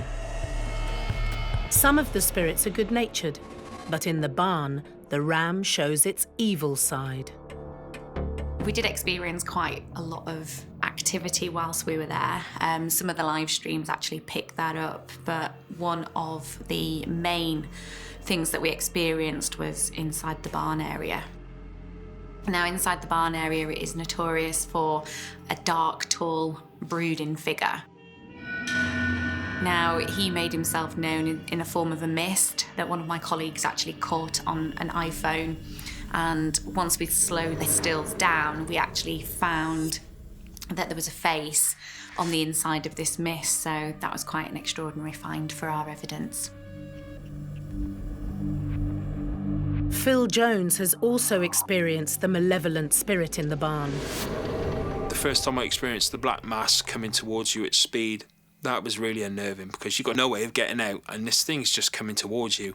You try to rationalise, is it my eyes playing tricks? Is it because my eyes are focused into the dark or whatever? But you could see this mass changing shape as it was moving. When you actually see that, it is quite exciting. And I think the adrenaline starts to flow then and you kind of want more things to happen. Two of the other more evil spirits reportedly residing at the ram are the demonic incubus and his female counterpart, the succubus. Traditionally, the incubus and the succubus will attack their victims at night, so they tend to prey on individuals while they're asleep, or they might find themselves waking up and feel like they are being attacked. I don't know how to say it. It sort of is sexual with you in your dreams, and I guess you can hear the succubus sounds like they're high heels, but really it's her hooved feet coming for you. A lot of the spirits that you encounter are quite peaceful in nature. They will just catch your attention and disappear. Incubus and succubus form part of the darker realm, and these are more evil in their intent. Ghost hunter Lee Bullock tried to make contact with the succubus during one of his investigations at the ancient ram. We use an EMF device to pick up electromagnetic fluctuations. It's changes in the environment, electromagnetic forces. So if you have a kettle, for instance, if you put the kettle on and put it next to it, it will go up. It's picking up on the electricity around the area. During the investigation, we always like to try and split up when we can. On this occasion, we split up and I was up here. I lay down on the bed. I was asking for the succubus spirit to interact with me. If there's anybody in this building with us, if you can come into this room, please. I thought, well, I'll put my laser pen on, see if anything can break the beams. I put it on, and the EMF detector went off. So I turned my laser pen off, sat up, asked it to do it again, and it did. That's you. Can you make that device? I asked it to do it again, and it did. Can you make it go off? I can't explain it because it had been there throughout the investigation, not really gone off. So why it went off then, I don't know. Thank God I've never experienced it, because I wouldn't be here sat talking to you now if I'd experienced incubus activity. I'm lucky in a sense that I just get poltergeist activity, and I think almost this building has a sense of respect that it doesn't freak me out too much. It's almost like it likes me. But Caroline's father, John, didn't get away so lightly. He was known to be tormented by the succubus during his time at the Ancient Ram. I think it scared him a little bit because he was trained to be a Baptist minister when he came out of the RAF, and he wasn't interested in ghosts, but his belief in the Holy Ghost meant that he should have some sort of respect for the spirits that are here. But apparently the first night he stayed here, he got dragged out of bed by his wrists. John's first night in the Ancient Ram Inn was quite an eventful one. He was sleeping in the old man's kitchen, and in the middle of the night was forcibly dragged out of bed and thrown across the room. Quite a frightening experience for anybody. The location of John's first experience with the succubus has now been partly dug up. So here we have the spot where John spent his first night in the Ram Inn before being violently dragged out of his bed. As you can see, it's now an open grave.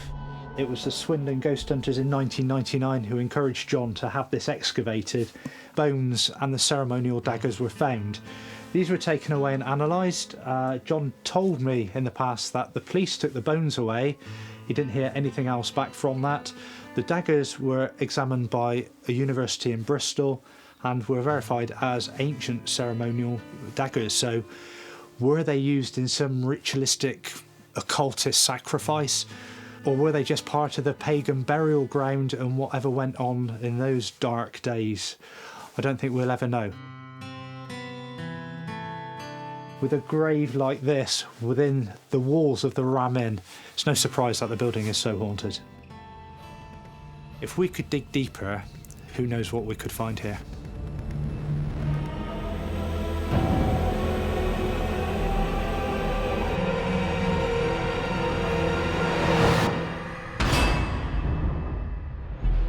The Ancient Ram Inn is as important to the paranormal community as it is to any historian. 1,000 years of life have been lived inside the medieval building, and although no humans currently reside in the extraordinary bedrooms, the Ram is still packed to the rafters with spirits. It's good to keep a place that's got so much history. It'd be a shame for this place to go. It's important not only to the community around here, but to the paranormal world. You know, so many people have investigated it, so many future generations of investigators are going to want to investigate it. The Ancient Ram Inn is a national treasure. It's a piece of history that needs to be preserved. Not more so for the ghost hunters who keep coming here, but I think historically the building is a fantastic location. You can feel the energy as you walk in. It's a building that's had an awful lot of life, good and bad, over its many, many years of existence, and it's a building that does need looking after. The Ancient Ram remains a listed building, so it won't be disappearing anytime soon. And with a past so dark, the future looks bright. John has left a legacy with the Ancient Ram Inn, and I know Caroline, his daughter, is doing a fantastic job in keeping that legacy going. She's keeping the building open, and we still get ghost hunters coming down here looking for the spirits that inhabit these walls. I love it like my dad did. I feel a bit like Indiana Jones. I'm kind of on a voyage of discovery. I want to find out so much more about it, like my dad did. I'm fascinated by the history and the stories and the things these walls could tell if only they could speak. It would be amazing.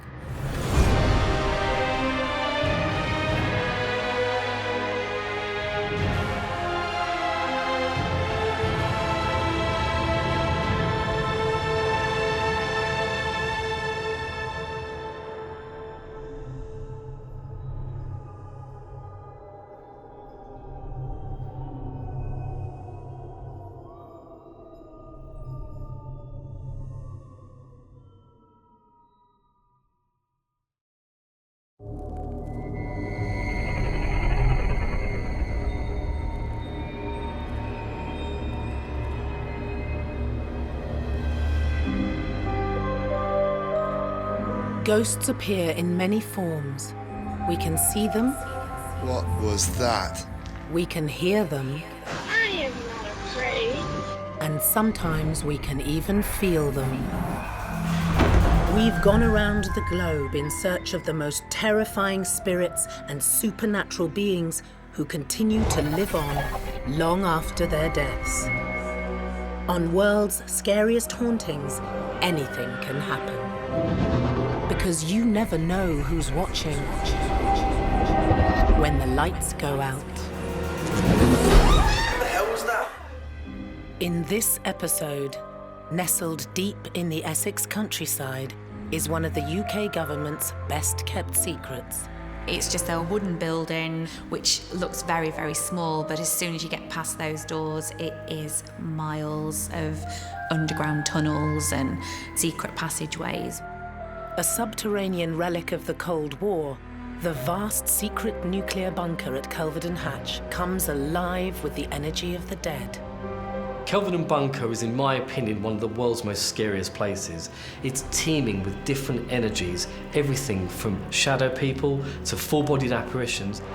Buried 125 feet below the ground, only the brave managed to spend a night here. It's a really creepy place, and it feels like you've been watched all the time, like you're not alone. That chair's moving. That chair's moving. Oh my God.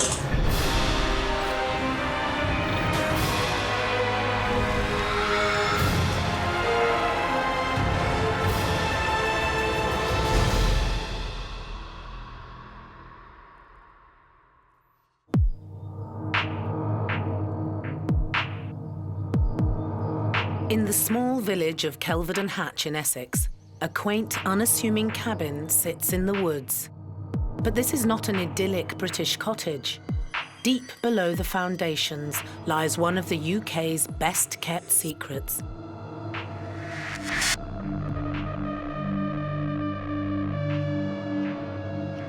For 40 years, Kelvedon Hatch was the location for the British government's secret nuclear bunker. With the threat of Cold War hanging over the country, there was a real worry that the USSR would launch a missile at any moment aimed straight at the UK. Decommissioned by the Ministry of Defence in 1992, Kelvedon Hatch is now teeming with paranormal energy. The haunted bunker is owned and operated by Mike Parish, who has opened it up to the public as a tourist attraction. Well, obviously, we've got a bunker in the middle of Essex because it's the London bunker. It was where some of central government would have come had there been an atomic war. It was built here because this is the furthest south that the Ice Age came. And so whereas the rest of the land around here is London clay, we've actually got free-draining soil. And so it happened to be nice free-draining soil on a hill, far enough away from London to be safe. Originally built as an RAF defence base in 1952, as the Cold War heated up throughout the 60s, 70s and 80s, it became the unofficial safe house for the British government. It took them a mere 7 months to build it, from start to finish, which was quite remarkable. It would take you that long now to get planning permission. But obviously there was a bit of a panic going on.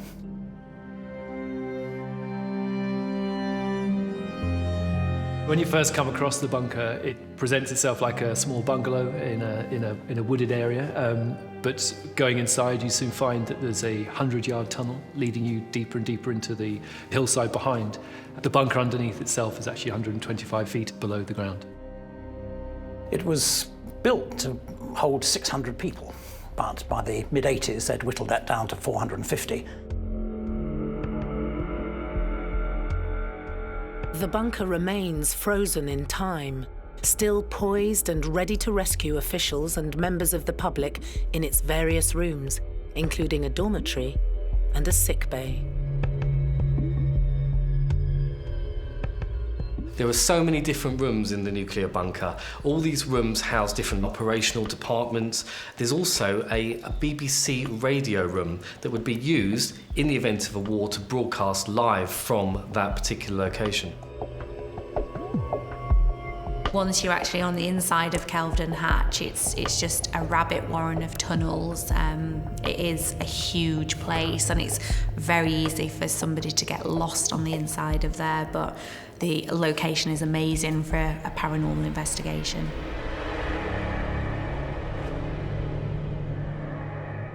The bunker has fascinated paranormal experts for years, with reports of it being home to a whole host of spirits. One of the explanations as to why the bunker might be haunted is that a burial ground was disturbed when they constructed it. And it's a very common sort of cultural trope that if anybody's body is not correctly buried or has been disturbed after it was buried, then it leads to a discomfort in later life. They unearthed human remains. I would say that that is probably why they're experiencing the paranormal activity that they are. When you disrupt a gravesite, ancient or not, it's gonna riff the spirits that you're unearthing, and especially how you're dealing with their remains, which they weren't dealt with in a respectful manner. So I'm assuming spirit wouldn't be very happy with them.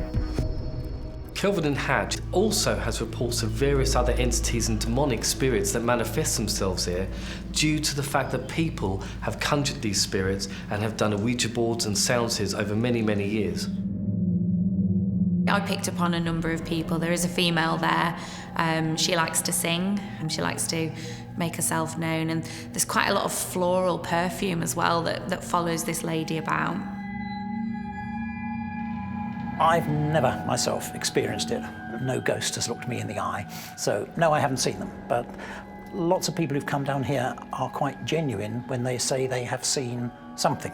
And it's not for me to dispute that. It's just that I'm not on the same wavelength, obviously, or not prepared to admit them into my mind, but others perhaps are.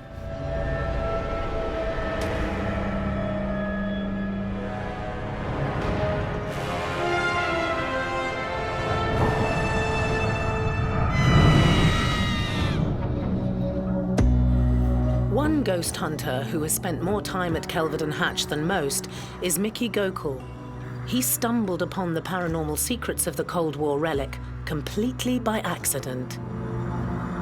The secret nuclear bunker here at Kelvedon Hatch, for us, was a training ground, a place where we would take our paranormal investigators to get used to an environment, get used to the dark, no ambient sounds from outside. It meant that none of the equipment would be interfered with. For example, the what they call the ghost box.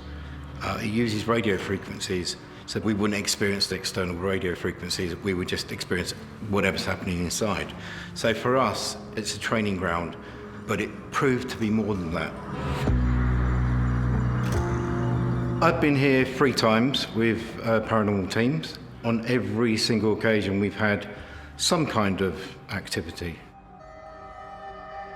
Along with many of his own first-hand experiences, Mickey has heard all of the rumours, myths and legends that swirl around the bunker. We hear so many stories, but certainly there's been reports of a lady that's been present as well. The rumours are that the lady was disturbed when this building was being constructed. Apparently the burial ground, which was in the area at the time, was disturbed, and she says to haunt and sometimes terrorise people that are here. The restless spirit has been seen on many occasions by tourists and ghost hunters alike. One of the ghosts that people have reported seeing at Kelvedon Hatch is known as the tall old lady, who presents as very elderly looking but also freakishly tall. There have been reports by eyewitnesses of her moving around in the shadows of the former nuclear bunker. I would have to say that she's there either trying to seek justice for herself or just make her presence known. Once you unearth human remains, and if you don't lay them properly to rest and have respect, because things do happen, some graves are unmarked, so on and so forth, spirit is affected by that. Just because you can't see things doesn't mean that they're not affected. The unsettled woman is just one of a number of terrifying ghosts that keep many people away, but also send many people flocking to mysterious Kelvedon Hatch.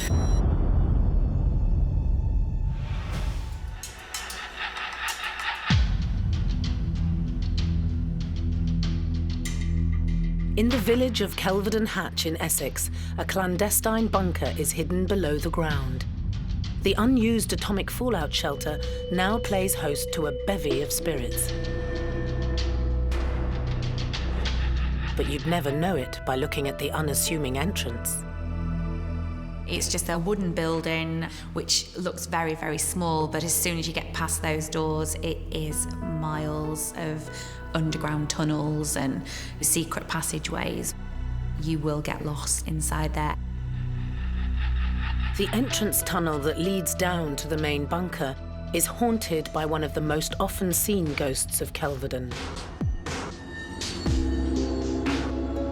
There have been reports by many visitors to Kelvedon Bunker of seeing a woman in full military uniform, often as real as you and I. This female officer has also allegedly been telling people to get out, and she speaks to these people as clearly as we are now. Many people who visit Kelvedon don't even get as far as the bunker, chased away by this fearsome woman. Keen ghost hunter Sadie Forth has first-hand experience of this. We started off the night's investigation down here in the tunnel, and we walked up to the bottom of the tunnel behind me. It was me and my two lady friends, and we were the only people here in the bunker all night long. I got out my night vision camera to start filming to see if anything was here, and it looked like there was a figure at the other end of the tunnel. There, can you see that? Tall and dark. Yeah. With a face. Yeah. A dark silhouette, a shadow type figure, which was quite frightening to look at. And I zoomed in on the camera to see if it was still there, and it was. I'm not picking anything up on camera. I don't think I am anyway. And it was just really quite frightening, actually, to think that there was something watching us from the other end of the tunnel. We were here on our own. So the sighting of the military woman is quite interesting in a sort of hauntological sense, which is this idea that there are futures that have been lost to us where things took a different path. The idea that maybe in another parallel universe, a Cold War did fully break out, or there was a nuclear war, and perhaps this woman exists in a different sort of space almost.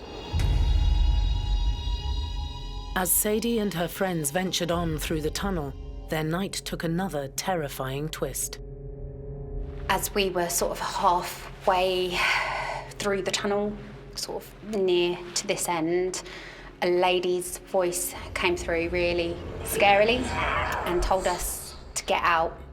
But it wasn't a nice get out, it was a really frightening get out, which really terrified the living daylights out of all three of us, to the point where we did want to get out, but we were scared to get out because the only way out was past the voice that we'd heard come from this end of the tunnel. So we needed to find out where the voice had come from. What's quite interesting about the reports of the military woman is that she talks directly to the people that have seen her, which would suggest that if she were dead, she doesn't know that she is, or that she's in fact alive but existing in a different sort of time and space to us. So she is very much not a ghost in the sense that she is the apparition of a dead person, but is a fully autonomous person in her own place. It really set the tone for the rest of the night that we were here and completely frightened us. But as we were going back, it's like we were peeking around the walls to see if there was something there, because we were really terrified. But there's no explanation for it. We did eventually come back down to work out where this voice come from, what it could be, a possible explanation for it. And the only explanation I could come up with was that it come from this tunnel speaker. It was like it was something here not wanting us here. I don't think it was a warning because it would have been more friendly. I think it was quite menacing.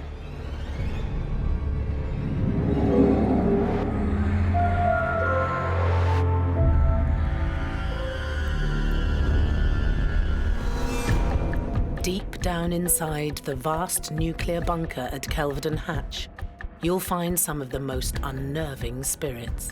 So one of the types of apparition that have been reported at Kelvedon Hatch are shadow people, which are frequently occurring dark shadowy shapes that are seen at the periphery of people's vision.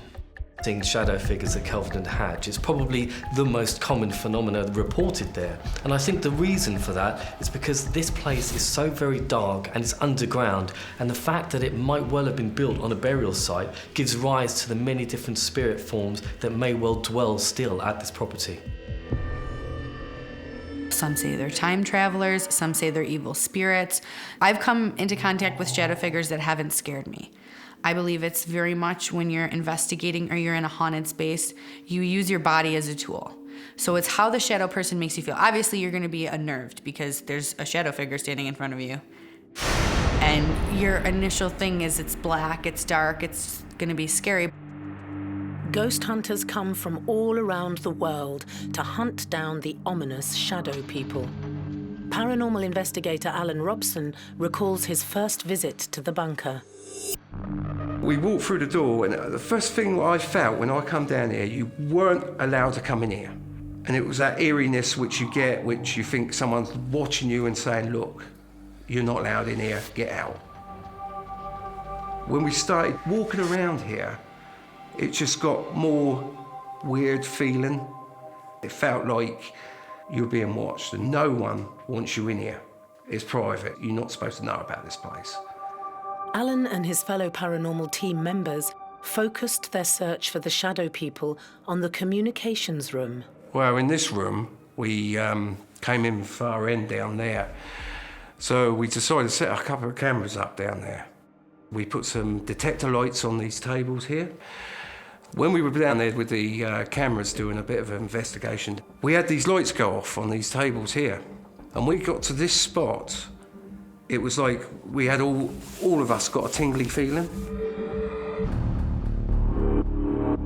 So often when people report seeing shadow people, the sightings come with a sense of malignancy. So there's a feeling that these entities or whatever they are out to cause harm. They feel dizzy, they get headaches, they feel tingly. I would say that that's caused from the energy that they're experiencing from being around certain spirits. In this instance, because remains were unearthed, I would say that these spirits aren't happy. I'd say that they're not at rest, and that's why you're getting shadow people. Both scared and excited, Alan and his team lay in wait. All the lights were off, and we waited for anything to happen out here. We started getting noises, things moving out here, which just needed to be really quiet for this to happen. We couldn't come out of that room because we knew it would stop. And that's when we could see the shadow passing past the windows in that room. And this happened about 3 or 4 times. We know no one was in this room. We were all in that room together. So whatever the person was that was walking around here, it wasn't alive. Paranormal expert Becca has experienced it too. I've seen shadow pass through solid, like I didn't see face. It looked like a mask to me. Like, you know those old like Chinese masks where it's just like the face for the whole, and it was soft, I knew it was a woman, like full on wispy apparition. For somebody who's never experienced something and actually sees a shadow person or sees a full manifestation of a person, that would be quite scary. But sometimes when you see a manifestation, it's only for a split second. And then when you look back, there's nobody there. I think that's what scares people even more. Intrigued to see whether the cameras had picked up any of the shadowy figures, Alan and his team pressed play. When we went back on the footage of the camera that was set out here, we had the dark shadow walk past that camera twice, which to me looks like a woman. Military, I don't know, but definitely a woman. Looks like she's got her hair tied up or hat, and it looks like she's carrying something. And she's going from this end, where we felt it cold, to the other side of this room, and then disappearing about there. Twice this happened. So this must have been the figure we were seeing, or the shadow, it was casting the shadow over on that room, which done it twice, but we see it more times than this, but the camera caught it twice.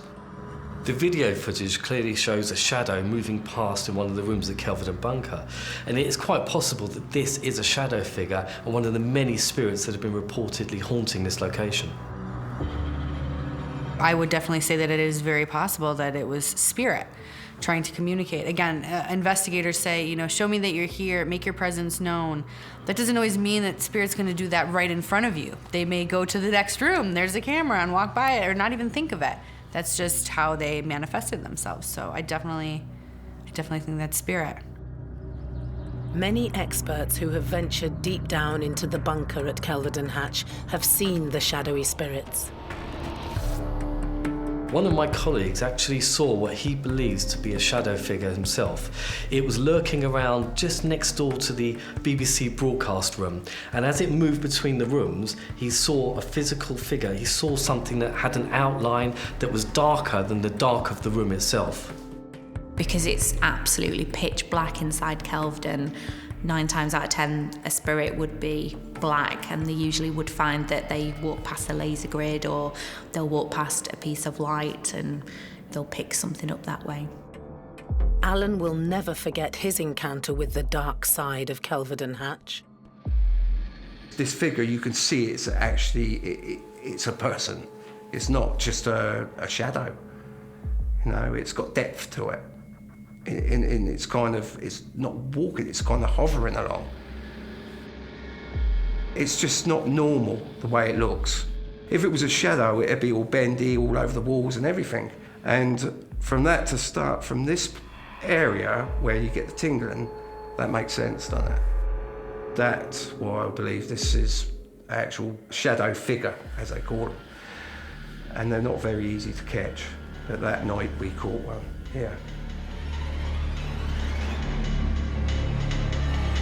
The terrifying shadow figures at Kelvedon darken its endless corridors. Not all spirits can be seen, though. Some make contact in other ways. Stop the device, Charles. Oh my God.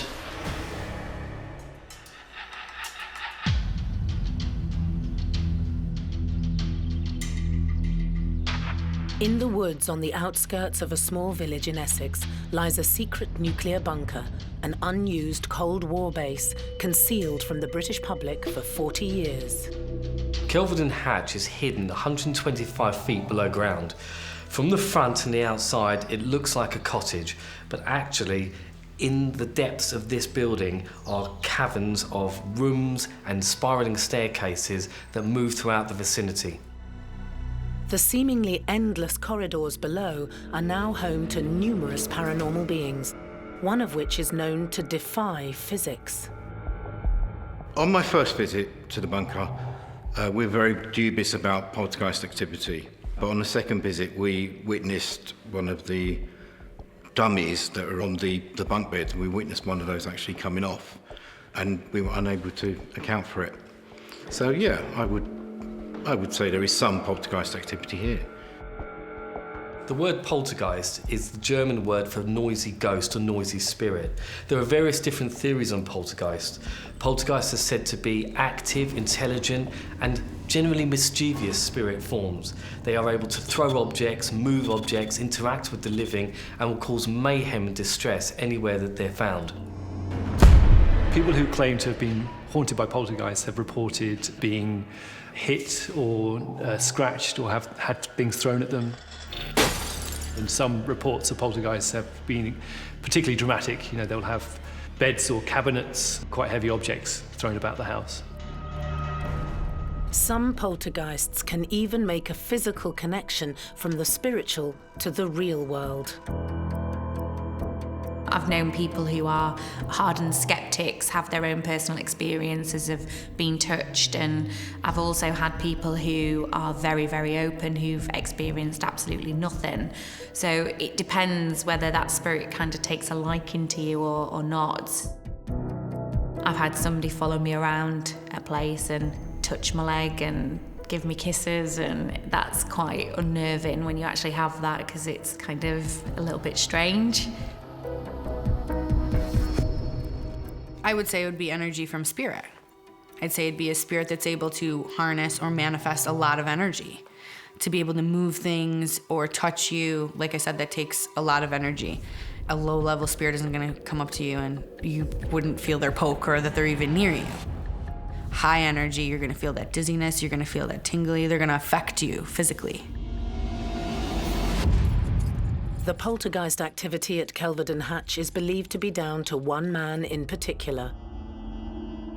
So there is a story about the construction of the bunker which involves one of the workers. Apparently he'd been laying concrete at one of the lower floors. And so it was pumped into the walls, and it was a day and night job so that they didn't get a day break in the concrete that would then make it weak. Rumour has it that one morning they turned up and the foreman was missing, and his gloves were on the side of the wall where the pump was pumping the cement in, and he was never seen again. His hat was seen floating on top of the cement in the morning, and his spirit is said to haunt Kelvedon Hatch to this day. The assumption being that he might be responsible for the poltergeist activity.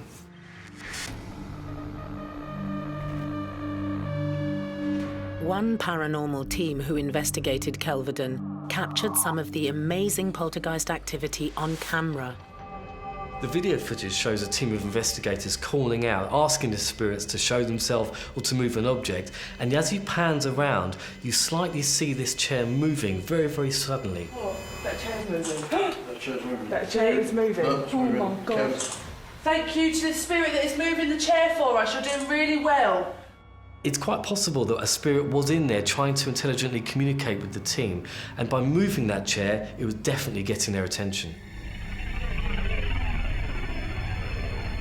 Spirit communicates in many different ways. Unless you're using a ghost box or doing an EVP session, you're not going to be able to hear them. So you're going to say, move something, show me that you're here. And I believe that Spirit chose to move the chair. Say, hey, I'm over here. The moving chair at Kelvedon is strong evidence of spirit interaction, but experts remain torn on how to define poltergeist activity. There are sort of two main ideas about what a poltergeist is, and one being that it's a spirit, a malicious spirit that has, for one reason or other, attached itself onto one person, or can often be linked to a specific place. So, for example, a family might move into a home and they find that they are being haunted by a poltergeist because the spirit of the previous owner still considers that place to belong to them. Another idea put forward as to what a poltergeist might be was devised in the mid-19th century, which was that it could be psychokinetic energy that has been projected from an individual. Be it spiritual or psychokinetic energy, also known as telekinesis, the footage is still thrilling for any paranormal enthusiast. That chair is moving. Oh my God. It's very much exciting because usually you ask Spirit, show me that you're here, let me know that you're here, whether it's a knock, whether it's, moving this. And they don't command. Like, you can't command Spirit to do what you want. They're not, a parlor trick. So when they do it, it's scary. And then you get the surge of adrenaline through your body. Like, oh my God, I just witnessed something supernatural.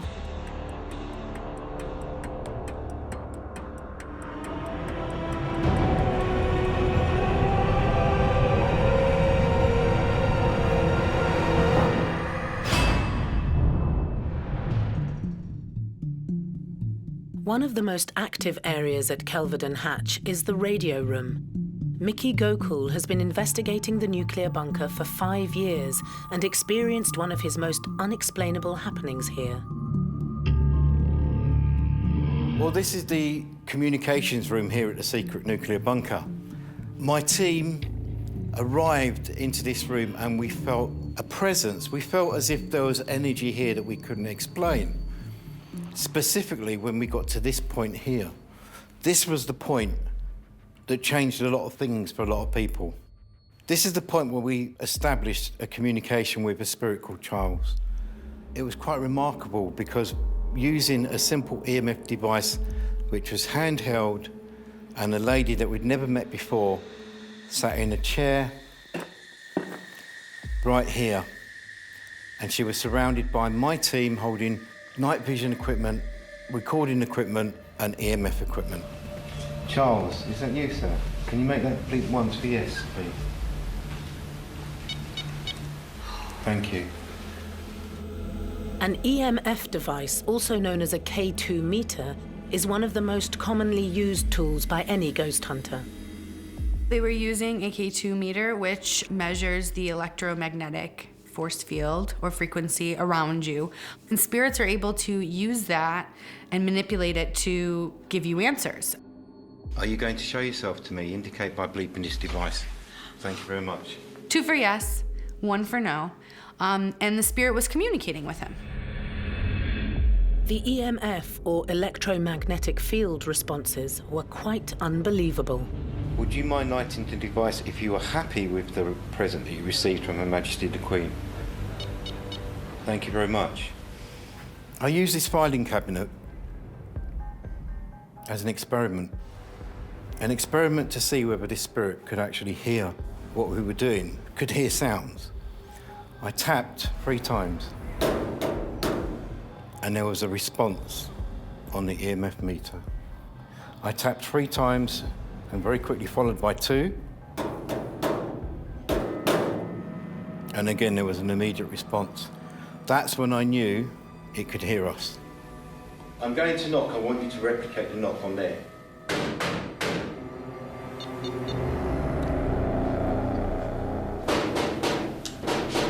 2, 3, 4, 5. Oh, that is good. There was the delay in your knock as well. Yeah, there was. 3. Oh, yeah. And this is where I felt the most energy. I felt, standing in this spot here, there was an energy, but I couldn't tell what type of energy it was. I didn't know if it was a male or female, but then it dawned on me we were making contact with someone or something using the EMF device. So I asked the question, "Are you here?" And the EMF device started bleeping. Is this where you are? I asked, "Would you make the EMF device bleep faster?" And it did. Bearing in mind the EMF device was 20 feet away, it was bleeping faster and faster and faster until I said stop, and it stopped on demand. Stop the device, Charles. Oh my God. I knew that this was the spot where Charles was. I would say it's a mischievous spirit. How you are in life is very well how you are in death. And, you might have a spirit that just likes to be a trickster or is reacting to the things that are being asked by the paranormal team. Are you here? Show me you're here. Like I said, they just don't do things on command. If your name is Charles, please activate this device and make it go. Just come closer to me, sir. Is your name Charles? Thank you very much. By speaking to Charles through the EMF device, Mickey was able to find out much more about this enigmatic spirit. I could feel him. I couldn't see him, but I knew he was here. And through a series of questions, using the EMF device, we were able to ascertain that he worked here, that he wasn't an ancient spirit. He passed away at the age of 50 in 1992 or thereabouts. He also refused to give me his full name, but preferred me referring to him as Charles. This has really changed it for me. This location, this spot, and the spot we were just in with the chair has changed my life. The one reason why I believe communicating with spirit is important is to hear their story. As an investigator, and I'm sure as why you do what you do, documenting haunted locations is to get down to the bottom of the story. Why is this haunted? Why are we here? Why are these spirits here? That's very important, and you can only do that so much without communication with spirit. And there are so many more stories waiting to be heard. 125 feet under the ground at Kelvedon Hatch.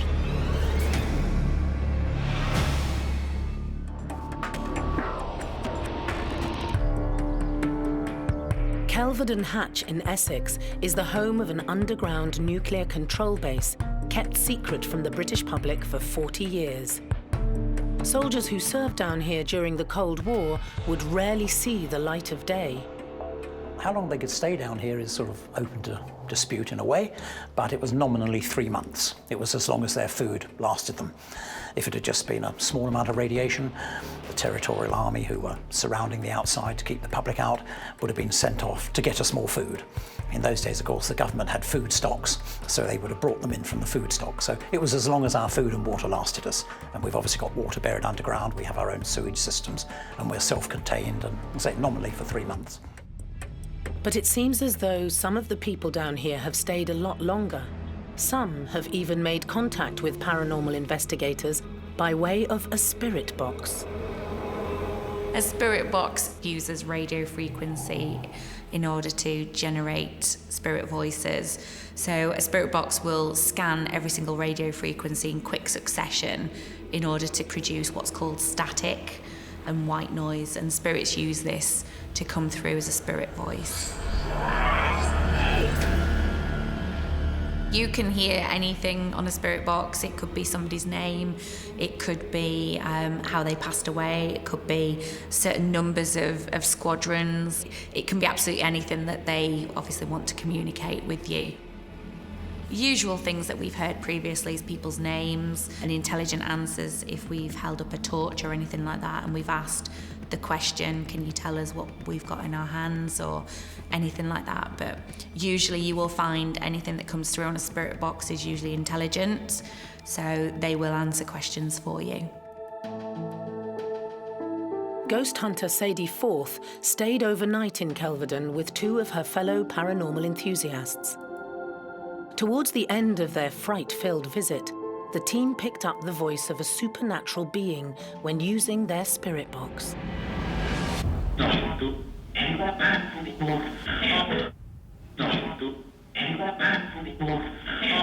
It wasn't anything explicable in our world. It was something just random. It wasn't a recorded voice that was projected to come out at a certain time. It just was there and then, as though it was telling us to get out. It basically terrified the living daylights out of us all. It was me and my 2 lady friends who came here, and we were here all alone all night, and it was really quite frightening.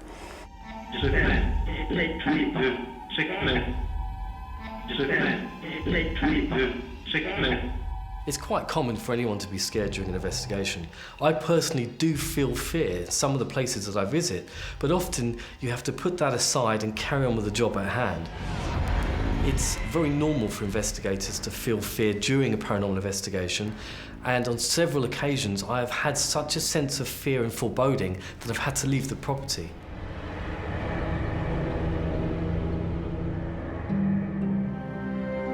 Although some spirits can show themselves as full manifestations, or famously at Kelvedon Hatch as shadow people, others only seem to be able to present as disembodied voices.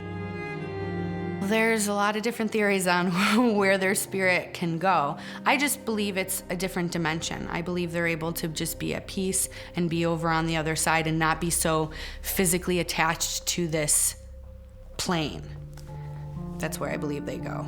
I'm sure they can come back and forth. They can touch here, because that's where we get good spirits, your family, your friends, the people that come, and watch over you. But they're not stuck here. Sadie has returned to Kelvedon since her night of frights, but still feels uncomfortable in the 125-foot deep bunker. It's a really creepy place, and it feels like you've been watched all the time, like you're not alone.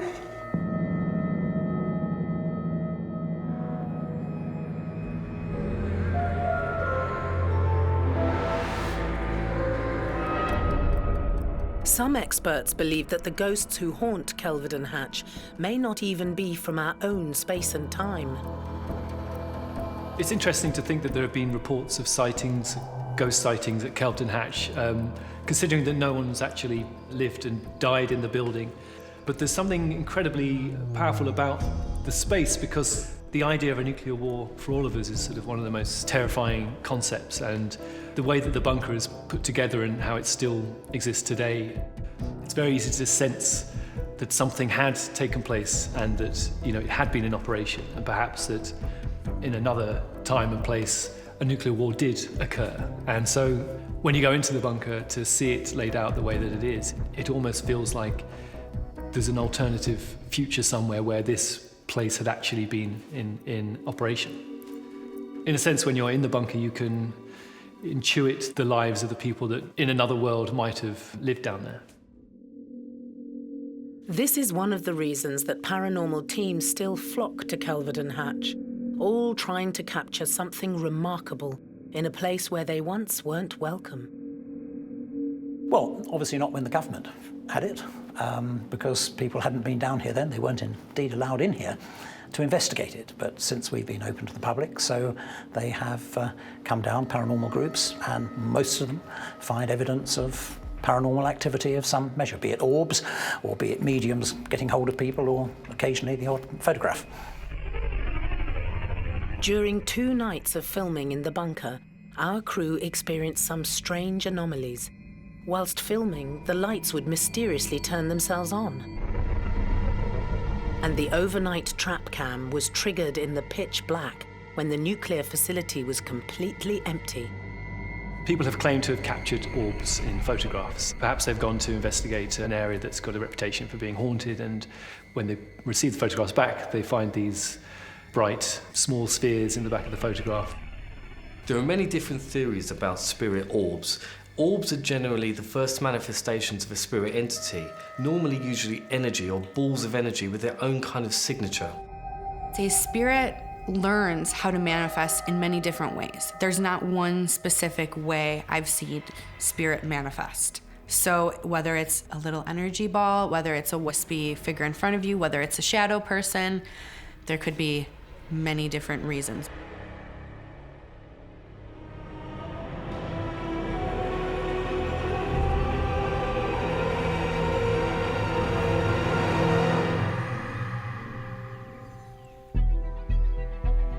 The secret nuclear bunker at Kelvedon Hatch may have been decommissioned in the early 90s, but it certainly seems that some of its residents are still at home, deep within the subterranean network. Kelvedon Hatch is one of the more interesting haunted locations in the United Kingdom, since it has never officially been lived in. It sort of retains a very unique atmosphere, unlike many other locations. Kelvedon Hatch has got activity there, and I would say that there is presences of numerous people there. I also think that there's a significance between the residual haunting and also the intelligent haunting. Anyone brave enough to explore down here had better come prepared for a fright. Kelvedon Bunker is, in my opinion, one of the world's most scariest places. It's teeming with different energies, everything from shadow people to full-bodied apparitions and possibly demonic entities.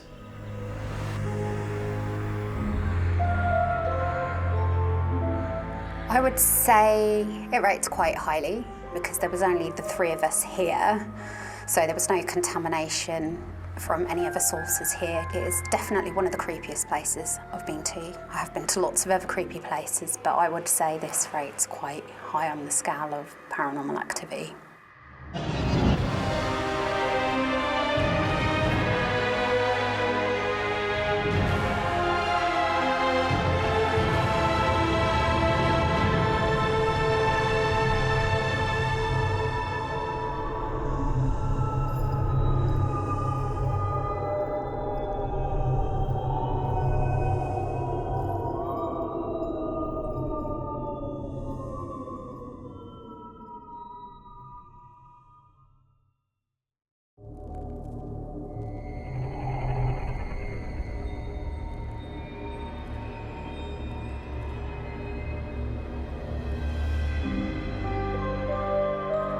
Ghosts appear in many forms.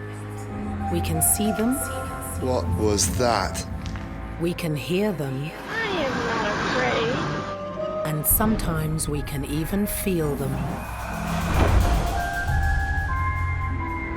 We've gone around the globe in search of the most terrifying spirits and supernatural beings who continue to live on long after their deaths.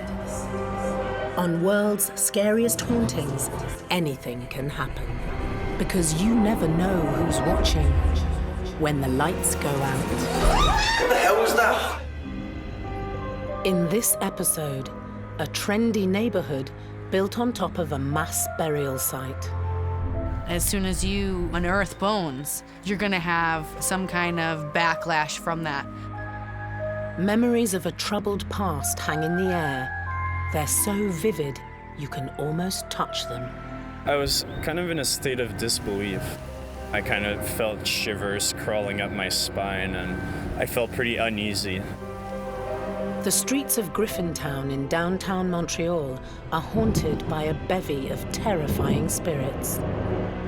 The ghost of Mary Gallagher is said to return here every 7 years to look for her head.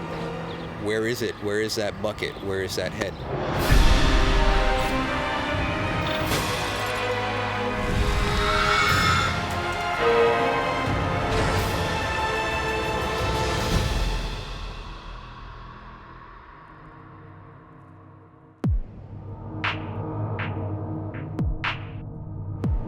Cosmopolitan Montreal in Quebec, Canada, is an unlikely setting for a series of ghost stories.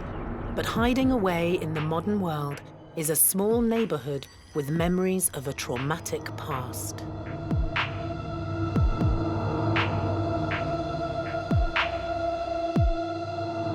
Griffintown may look like a burgeoning metropolis, but the swanky apartment blocks and restaurants can only paper over the cracks of a torrid history where famine, disease, and murder were regular occurrences. Anton Golikov runs paranormal tours of the haunted area, known affectionately by the locals as the Griff. There's ghosts everywhere. I think it's a ghost town, right? All the people that got evicted, everybody that just had to leave, you know, a lot of them died. A lot of them passed away here because they had nowhere to go. They didn't have any money. They couldn't move to the other side of the canal. This whole neighborhood was ravaged. So there's a lot of old souls that still permeate this area. It's not uncommon to hear of an entire area that is considered to be haunted, and in the case of Griffintown, it would sort of fit that blueprint very well because there's so much troubled history to the location. So it makes a lot of sense that people might feel that there's something sort of haunted to the area. People often report maybe somebody watching them from behind a curtain or looking in through the new windows from outside the street, or sounds coming from the pipes. Just something is there.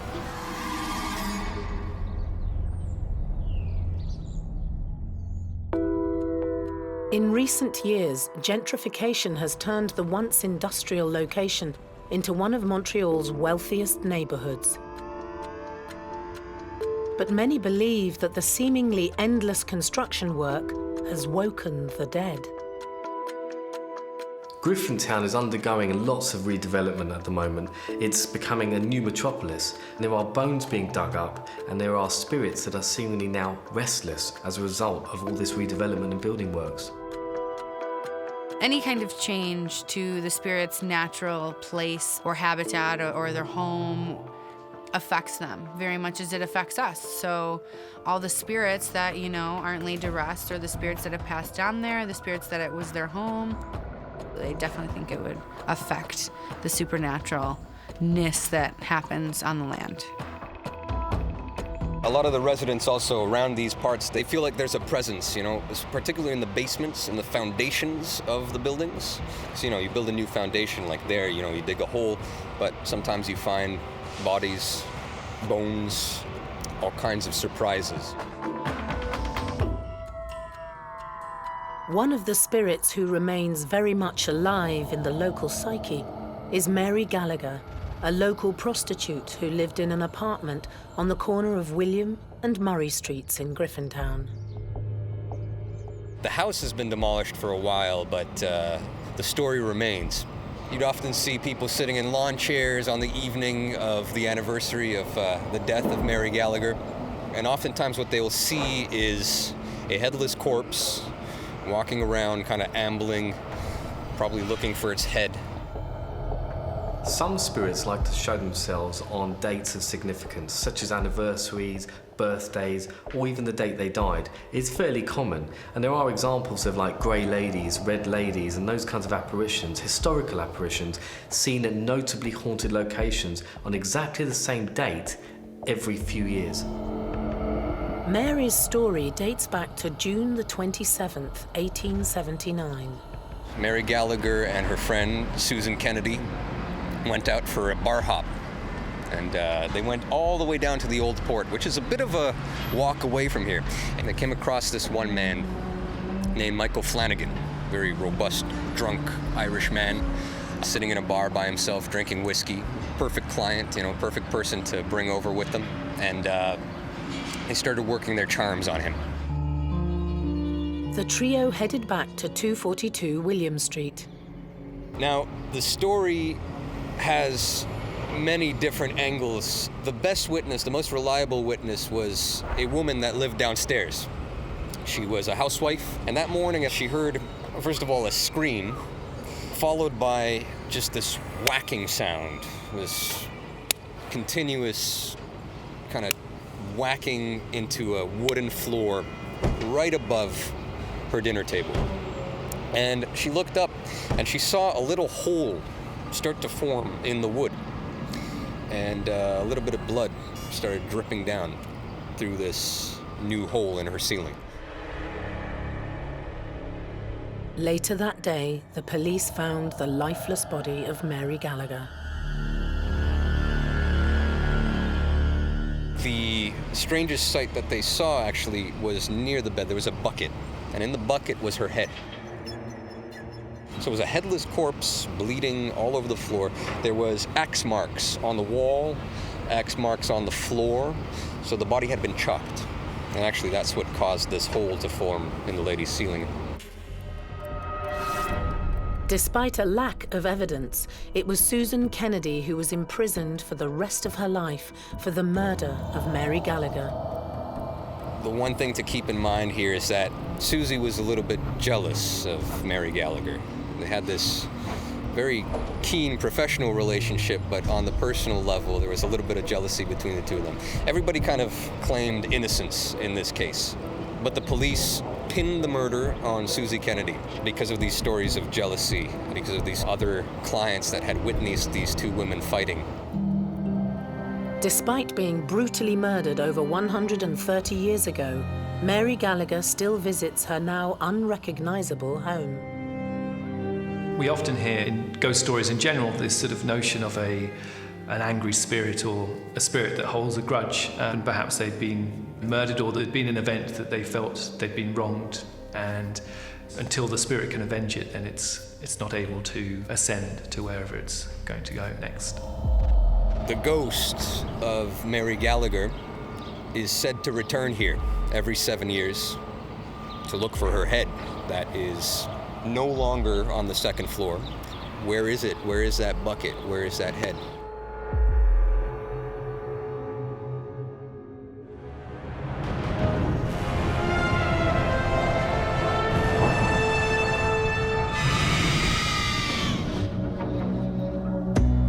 Before Griffintown existed, the land was a portage route for Native Americans. After the British arrived in 1760, the area eventually fell into the hands of an Anglo-Irishman named Thomas McCord. While Thomas McCord was on a business trip back to England, he had a very unscrupulous partner that sold his own land to a certain Mary Griffin, where the name Griffintown comes from. The underhand founding of Griffintown in 1799 is very much in keeping with its history ever since.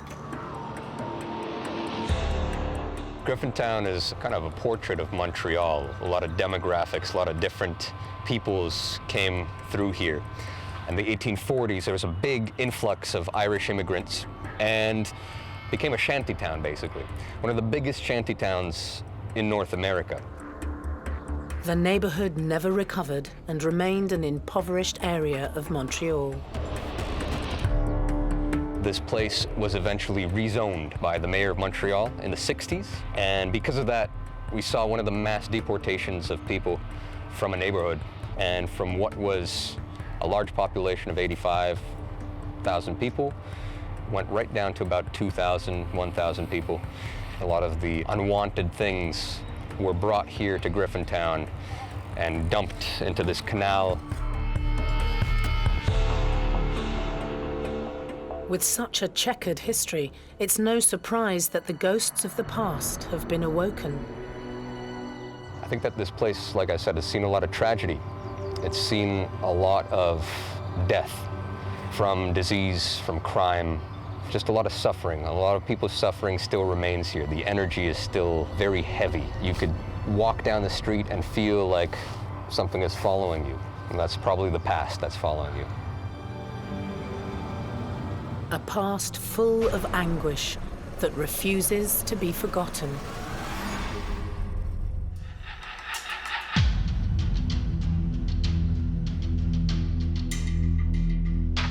In downtown Montreal, you'll find one of Canada's most haunted regions. Founded in 1799, Griffintown sits uncomfortably in the modern world, a neighborhood with a dark past. The Lachine Canal is the lifeblood of the district known as the Griff. In the 1850s, this whole place expanded. The canal actually grew for bigger shipping, bigger boats that would pass through here. You see this swing bridge, which is behind me over here, and it connected Point St. Charles, which is on the other side, to the Griffintown, which is here. The Wellington Swing Bridge is no stranger to tragedy and supernatural sightings. On the bridge, it's been reported that there's a ghost of a little boy that is walking along the bridge to the very, very edge of it, right on the left over there. He's wearing a suit. He's well-dressed. He's looks like he's returning from church or something like that. And he seems to be in a rush. He seems like he's going somewhere in a rush. And he starts to run at one point at the end of the bridge, and then he jumps and just disappears, so we don't see him anymore. Don't know if he's fallen or something. It looks like he's just gone. Reports from September 1908 tell of the 13-year-old boy's horrific death. So the operator in this building over here pulled the lever, the bridge went to its position right like that, and the boy was waiting in the middle of the bridge for all the shipping to pass.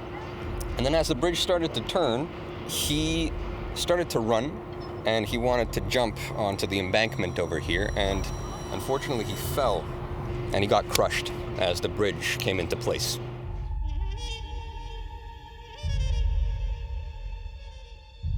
They called the local doctor here. People took a look at this kid. He was dead. His name was Arthur Carr, and they put out a notice, Arthur Carr dead at the Wellington Swing Bridge, and nobody claimed his body. His parents never came. There was no family that came to claim him. The theory is that his spirit still remains here, untouched, and still tries to cross this bridge every now and then. The boy that's seen frequently running across the bridge in a sort of reenactment of what happened the day he died. So that would be considered a residual ghost. It's sort of the notion of something being played out over and over again.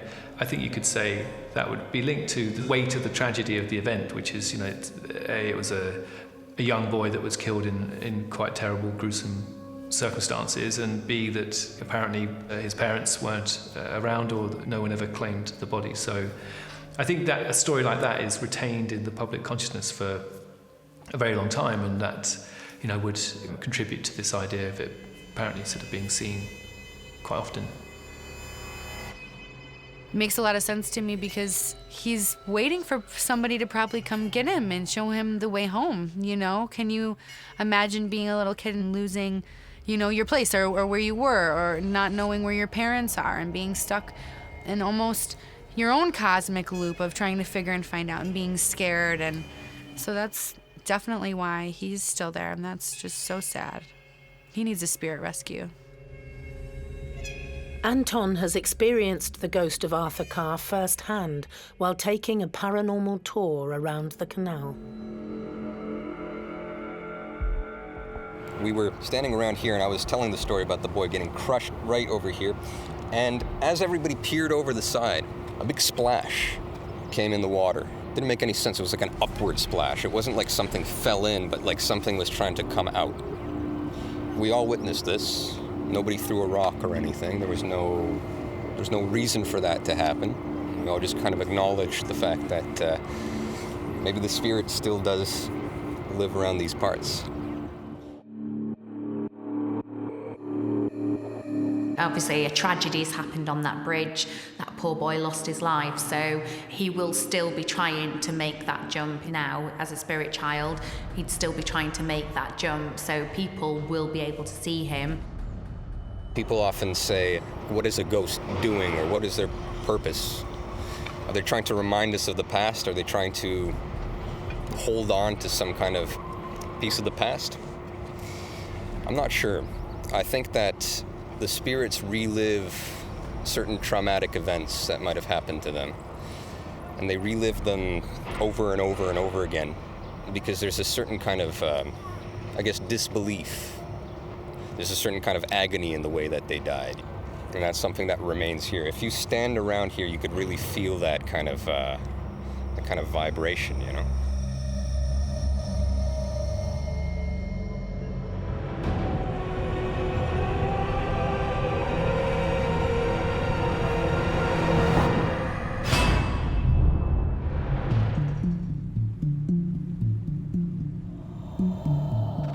Not all the ghosts of Griffintown are believed to be human.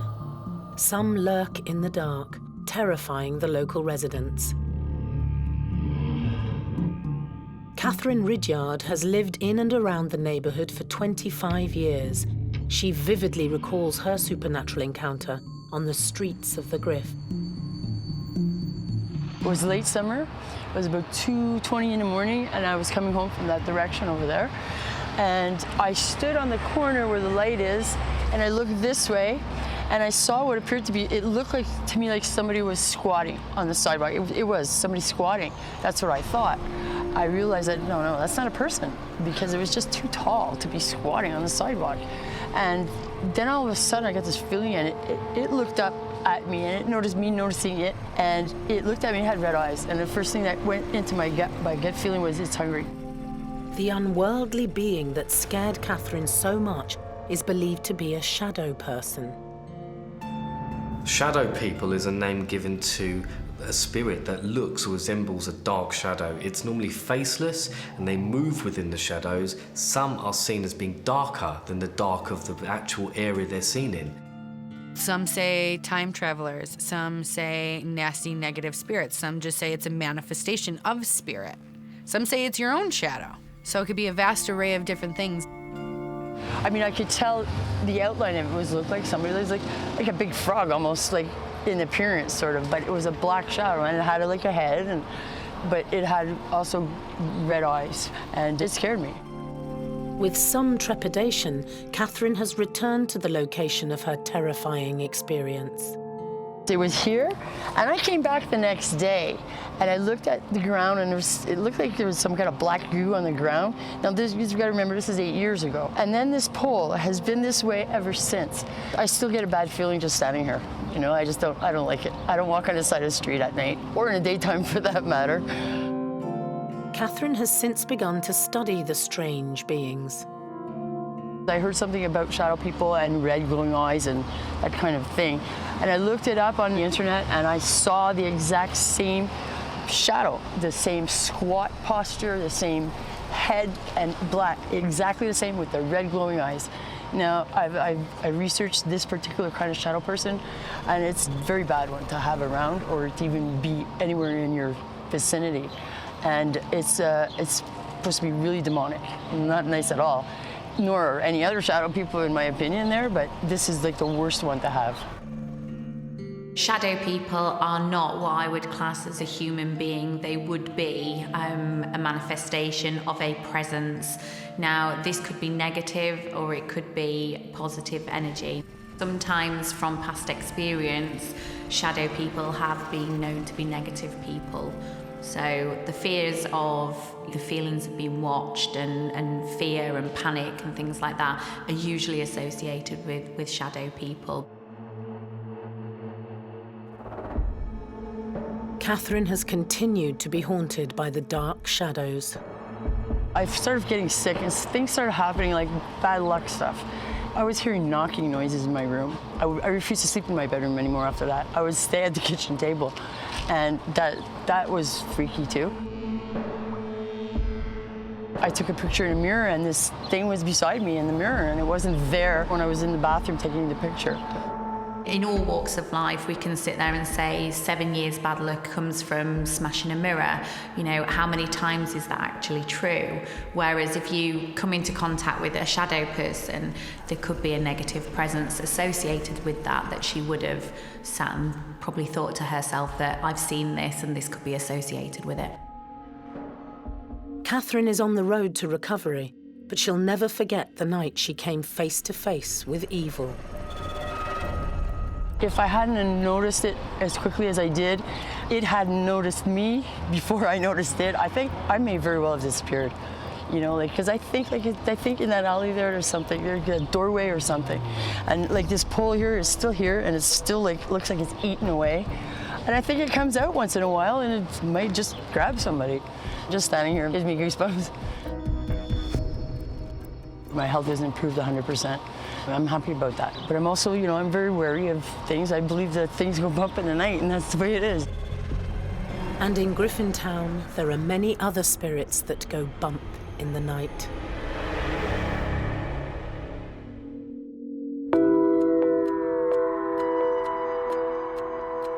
Griffintown's Lachine Canal officially opened in 1825, turning Montreal into one of the world's major ports. This channel of water has become one of the Griff's most paranormally active areas. Certain areas of Griffintown are said to be more haunted than others. There's a particular area by the canal that has seemed to attract more spirit phenomena than others, and that might well be due to tragic circumstances. We are on the extremity of the canal. We're actually right next to the Peel Basin. On the other side of the canal over here, there's a lot of ghost sightings that happen. A lot of people take photos around these parts. A lot of tourists come by here, and people notice on their photos after they've taken them that there's orbs, there's little white dots that are floating around in the photos. It's a very strange phenomenon, you know? It's kind of indicative of spirits that might be still living around these parts. During the Irish potato famine between 1845 and 1849, many people fled Ireland and headed to North America. Loaded onto cargo ships, they arrived malnourished and carrying diseases like typhus. Many were quarantined in sheds alongside the canal in Griffintown. They were coming to the old port of Montreal, getting off the ships and just dropping like flies. So these fever shacks that they built here in 1847 housed all of these very sick and dying refugees. At the time, in 1847, Montreal was a very small city. It was a population of about 50,000. All of a sudden have to accommodate 75,000 new people. The citizens of Montreal were not happy about the fact that there was this vast sea of Irish that were contagious and bringing this disease into town with them. Drastic action was taken by the authorities. The army was called. They were put on all the rail bridges, on all of the bridges that would cross into town. It was almost kind of like a zombie apocalypse type thing. You know, they put this fence alongside. All these people that were sick on the other side couldn't cross over. And if they would be shot or they would be thrown into the canal over here. That's the kind of thing that people don't sort of forget very easily, and there's something very haunting about that, of course, so it makes sense that we associate an area like that with ghosts and sightings and hauntings and that sort of thing. One of the ghosts who has been spotted near the canal is a former mayor of Montreal.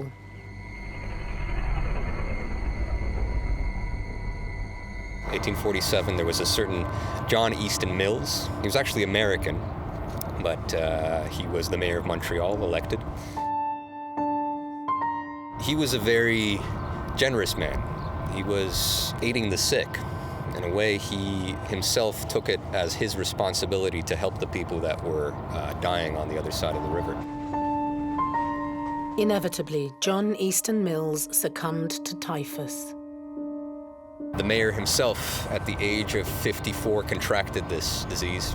It was his last act, was to bring food and water to the poor there, and he passed away. So in a way, this apparition that we see over there is probably still doing his duties to these people.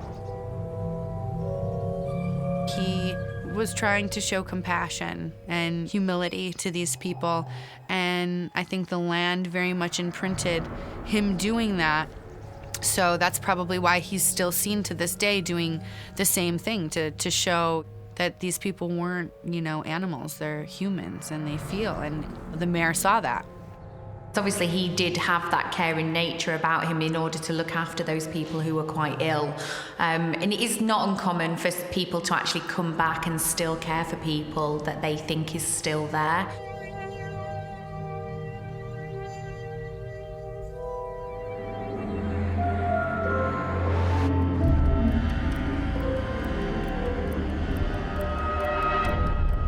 The typhus epidemic of 1847 claimed the lives of 6,000 people. The victims of this tragic event are buried just below the cycle path that runs alongside the Lachine Canal today. There was so much death that they had to build trenches to get rid of the dead. They had to build these huge, huge trenches. They dug these trenches and they would just throw hundreds of bodies at a time and bury them on this site here. Right now it's a bike path, so a lot of people that are biking there, they feel this negative energy. They don't know what it's coming from, but it still remains. And a lot of the excavations that are happening in Griffintown, a lot of the new buildings that are popping up, once the foundations are being dug, once the buildings are starting to be built, they discover remnants of the bodies right underground there. One man who is more than aware of the paranormal energy that crackles in the air of the Griff is Louis Lemontagne. This area is in the process of being gentrified. There's many condos popping up, so a lot of the history is being forgotten, but there's a lot of kind of dark and really interesting history around this neighborhood, Griffintown. Louis remembers exploring the area when he moved to Griffintown.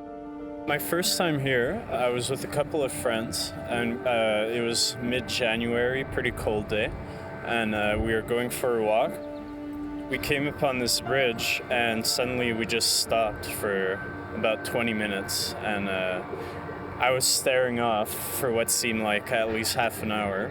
After a while, I felt like I was in a bit of a trance-like state. I saw kind of a orb glimmering amidst the grass. It was kind of a translucent orb, letting out kind of a diffuse, milky light, kind of something dancing about that felt superimposed on my vision, almost like holographic. I wasn't sure that if I went up to it, I'd be able to touch it, but I could definitely feel it was tangible. Orbs are thought to be essentially disembodied spirits of, the people who have died and sort of unable to leave or pass on to wherever a spirit would go after death. So they've frequently described as being like sort of balls of electricity floating through the air. It really captured my attention, and I just stared at it for a while. And as soon as I considered walking over to see if it was a trick of the light or what was going on, my friend nudged me and told me to go home. Louis knew he had to come back and explore some more. It was actually a couple of weeks later. I was walking by myself this time at night, around midnight or so, and I could see this conglomeration of white orbs kind of dancing above the mounds. So whereas last time I only saw one, this time it looked like there could have been thousands. But I could hear kind of in the background these voices in my head, so I thought I was having like an auditory hallucination or something like that. All of a sudden, I just kind of closed my eyes to focus in on what I was hearing, and it sounded like the wailing of voices. At first, I thought It sounded maybe like a choir or something like that, but I realized there was an element of pain in the voices as well. I kind of collapsed, like slumped over on the mound. And when I came back to my senses, I could see ships, kind of ghost ships, just floating above me, I guess, paired with the sound of these voices coming again. Spirit shows you things when they're trying to communicate with you and tell you certain things. So whatever they show you from that point on, whether it's in your mind's eye or physically in front of you, I really believe it has to do with the spirits that are there and the story that they're trying to tell the person that they're communicating with. The sheer size of the paranormal event stunned Louis. I was kind of in a state of disbelief. I didn't really trust my senses. I was pretty curious as well, but also pretty frightened. I kind of felt shivers crawling up my spine, and I felt pretty uneasy. If a person's quite open and quite sensitive, to go into a trance-like state, which would enable his subconscious to actually communicate with the orbs and obviously followed them as to what he was supposed to do, then it could be a possibility that they've actually led him to where they wanted him to be. After a while, it just kind of dissipated, and I was just left there kind of bewildered, wondering what I was doing, and got back on the bridge and I walked home. Before his mystical encounter, Louis was unaware of the history of the area. At the time, I had no idea that this was a burial site, so I thought I was going a bit crazy, and I just kind of brushed it off. And it's only when I spoke to my friend a couple of weeks later that he told me that this was actually a mass burial site from the mid-19th century. 1847 was called Black 47 here in Montreal. All these dead and dying still buried on the other side of the canal. And the orbs are the vestige of that. They still float, these spirits that are forgotten and underground. The renovation of Griffintown may explain why the paranormal activity is so rife. Another sort of trope that we often hear coming out of stories about ghost sightings in Griffintown is this notion that somehow spirits have been disturbed because bodies have been dug up in the process of rebuilding the area. This is quite a commonly held notion in many cultures throughout the world, that the idea that if you disturb a body after it's been laid to rest, then it somehow creates a restlessness in the spirit, or indeed, if a body hasn't been properly laid to rest, the spirit will remain restless until that has been rectified. Unearthing any human remains in general and disrupting the ritual and the laying to restness that has been done will definitely riff the spirit, because again, you're disrupting a holy ground, a holy place, whether ancient or modern.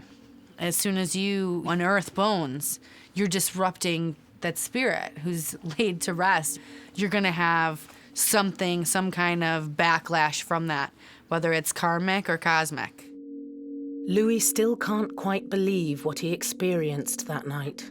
The only way I can justify it in my own mind is that, maybe in certain places where a lot of things happen, it can leave some sort of trace, let's say on electromagnetic level or something, I don't know. It really did feel like time was an illusion at that point, and the spirits of the people who suffered here and arrived here almost 200 years ago felt very much alive. The paranormal energy generated beneath the banks of the Lachine Canal continues to show itself, even in the modern surroundings of 21st century Griffintown.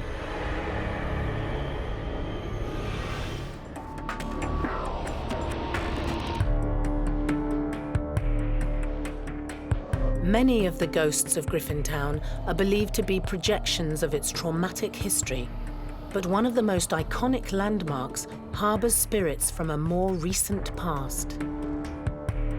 This is the land of beer. Montreal is the land of beer. Griffintown, because of all the Irish, was a very popular drinking place. In 1861, there was a man by the name of William Dow. He was a very brilliant businessman.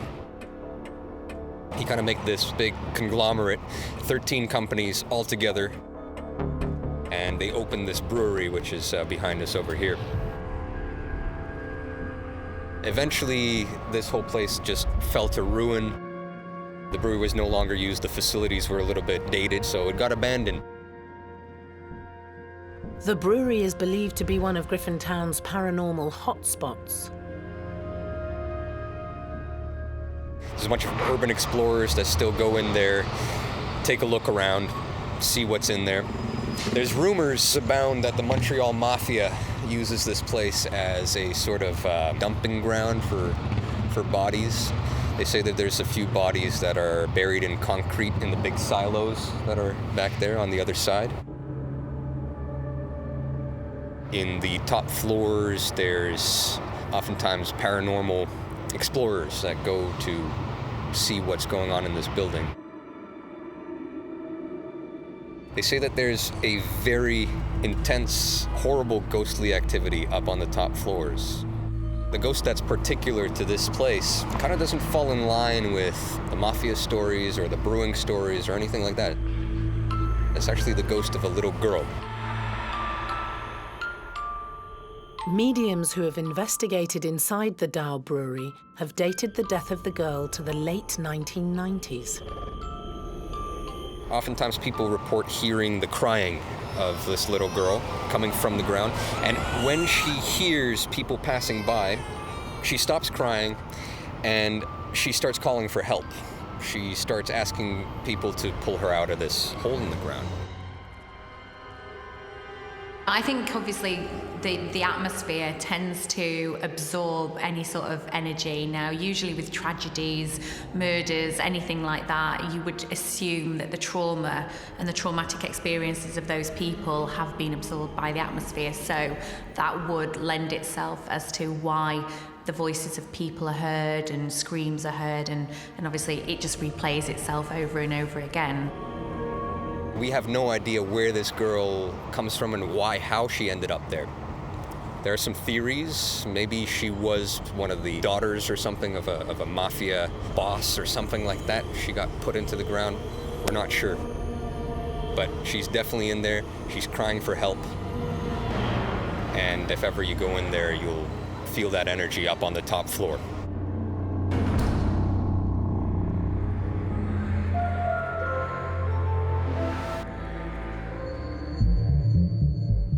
With so many Irish immigrants entering Griffintown, St Anne's Catholic Church on the corner of Mountain and Basin Streets was once a bustling part of the town. We're in the ruins of the St Anne's Church, which was built here in 1698 originally. This little chapel stood for about a century and then it burned down. The church was rebuilt in 1854. It was a lot bigger. All the Irish would come here. They could convene here for Mass.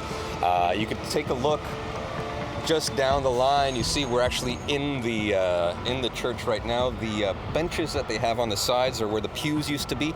The foundations, you see all the stone on the side there. And behind us in the forest, there used to be a priest's house. The priest used to live right back there.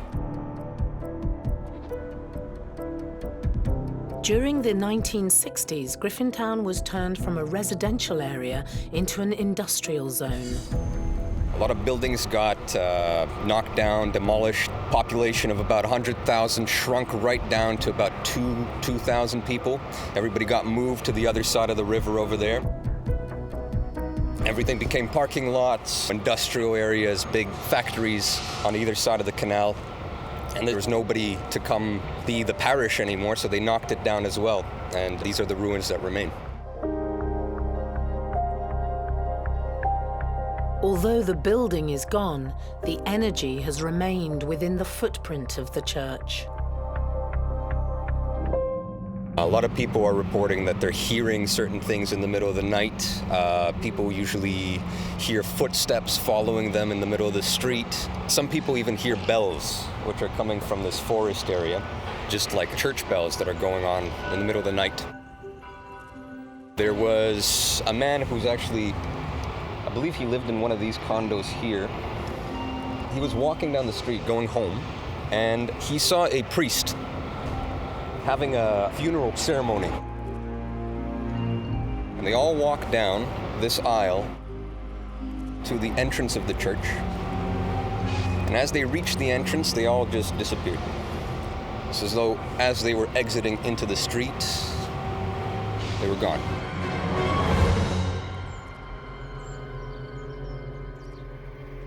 Now, there was no noise, there was no sound, but the person who witnessed this said that the mouths were open, they were singing, and there should have been noise. This is an example of a residual haunting, because the spirit seemingly moved through, oblivious to their surroundings, and then suddenly disappeared. Somebody obviously passed away that was grave importance to the land or the people that are in the procession, and it made an imprint on the land, so it shows itself from time to time replaying as residual energy does.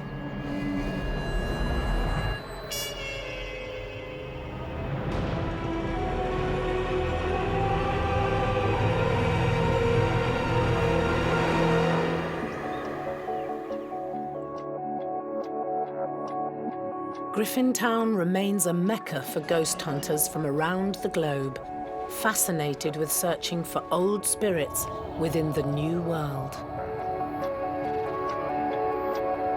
I definitely believe that towns can be haunted, especially with the type of history that Griffintown has, with all of the Irish immigrants that fled the potato famine and came over on boats with horrible conditions, and they were sick, and then they died, and then they just threw them in mass graves in the canal. I mean, so the canal is just a mass grave.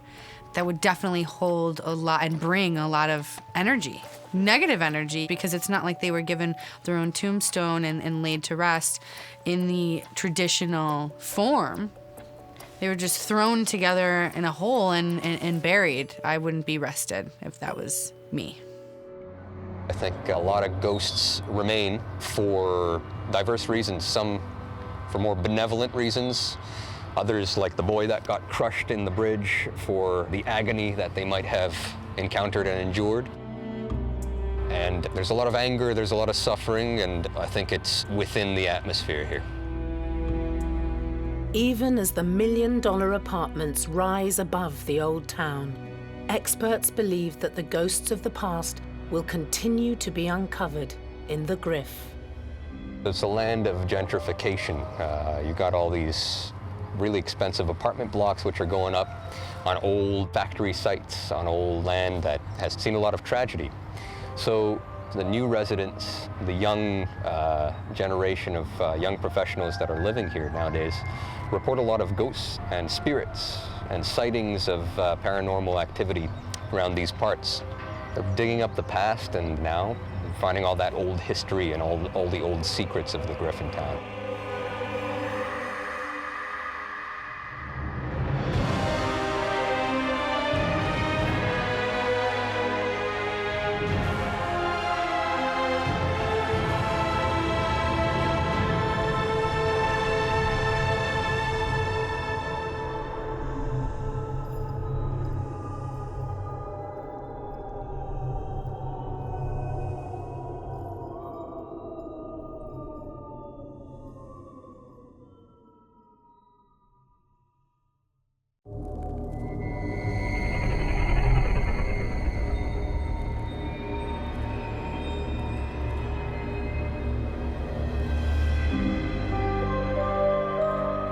Ghosts appear in many forms. We can see them. What was that? We can hear them. I am not afraid. And sometimes we can even feel them. We've gone around the globe in search of the most terrifying spirits and supernatural beings who continue to live on long after their deaths. On World's Scariest Hauntings, anything can happen. Because you never know who's watching when the lights go out. What the hell was that? In this episode, 18th century vaults hidden within the foundations of one of the most haunted cities in the world. The reputation of Edinburgh vaults was one of murder, was one of mayhem, of mystery, of torture. These subterranean slums housed Edinburgh's poorest and most deprived citizens, most of whom have never left. If I could describe the vaults in one word, I would say intense. Probably the most haunted experience I've ever had as an investigator. Down here, nobody is safe. I'm one of the ones that does get picked up on. I just saw a shadow. Can I stop? I literally just saw a shadow.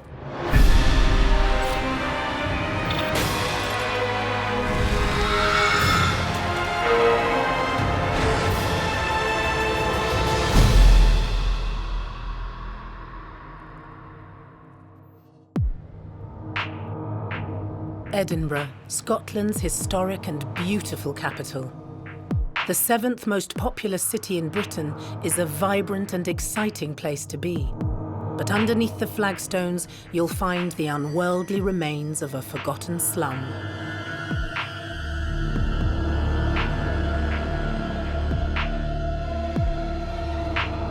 Formed in the foundations of the South Bridge in the 1700s, these vaults originally housed tradesmen. But due to regular flooding, the units were soon abandoned and taken over by Edinburgh's underclass.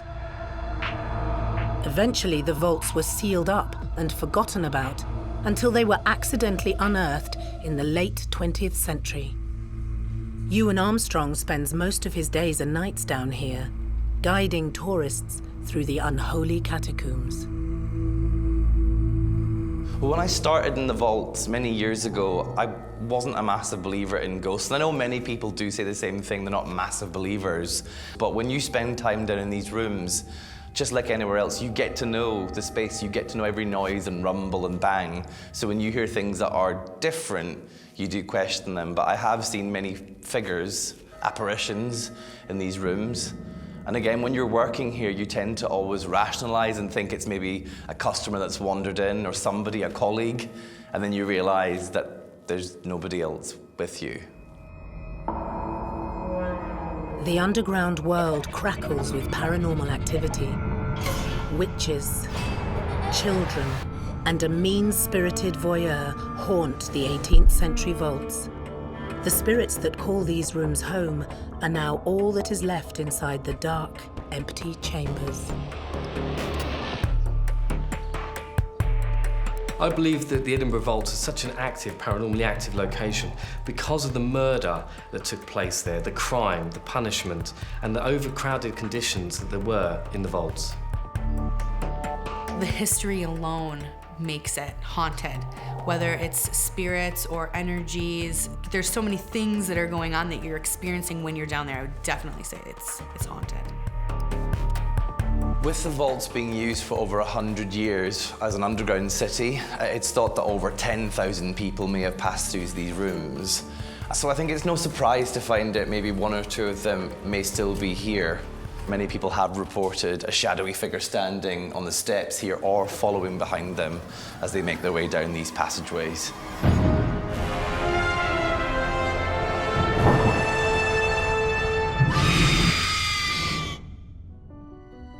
Visitors to Edinburgh's South Bridge vaults often report seeing ghosts.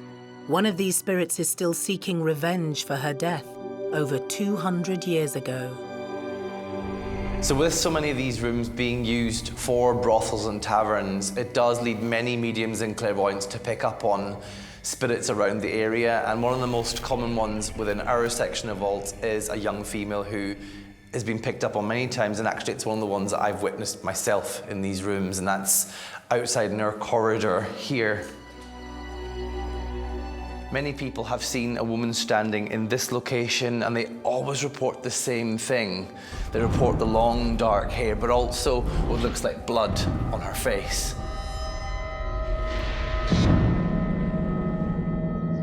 Apparently, the story goes that she went down there to meet two men, and she was actually set upon by a group of 30 men and was actually murdered. Now, because the group of men was so large, nobody was actually prosecuted for her murder, which could be a reason as to why she's still haunting the building. I've had many people come down into this particular section and witness her. My scariest one here was during one of my daytime historical tours in which a small boy from New York, a 7-year-old, on a holiday, he sat physically on the steps and started in front of a group of 14 people, started physically talking to a woman here, and he said that the men had been bad to the lady. She was stopped on these stairs, where it's reported that she got her head so severely beaten off the steps. The woman's body that was found here in 1797, and Elizabeth Ann Morrison, she was found with her skull in over 6 pieces. Her body itself being taken to the local school, the anatomy, and sold on for nothing more than beer money for the local police. She obviously has some unfinished business. Nobody was actually tried for her murder, which means they got away with it, and she probably won't rest until he's been found, but obviously she's never going to rest now. Paranormal encounters with ghosts, just like the murdered woman, are the reason that tourists come from all around the globe to visit this dark, underground world. And many leave with unexplainable souvenirs. So people who have been down to the vaults and spent time there have reported being pinched and scratched, prodded. They've reported hearing noises. Some have claimed to have seen apparitions and also have had rocks and stones thrown at them. Physical contact with the spirit world has led experts to believe that a poltergeist may be active in the vaults. The word poltergeist is the German word for noisy ghost or noisy spirit. They are able to throw objects, move objects, interact with the living, and will cause mayhem and distress anywhere that they're found.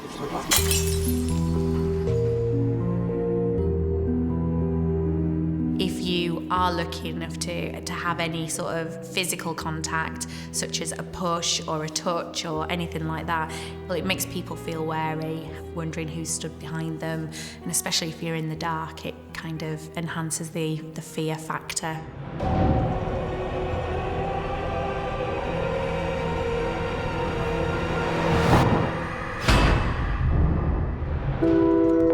Edinburgh is spread across 7 different hills. After the success of the North Bridge in 1772, town planners decided to commission another, the South Bridge.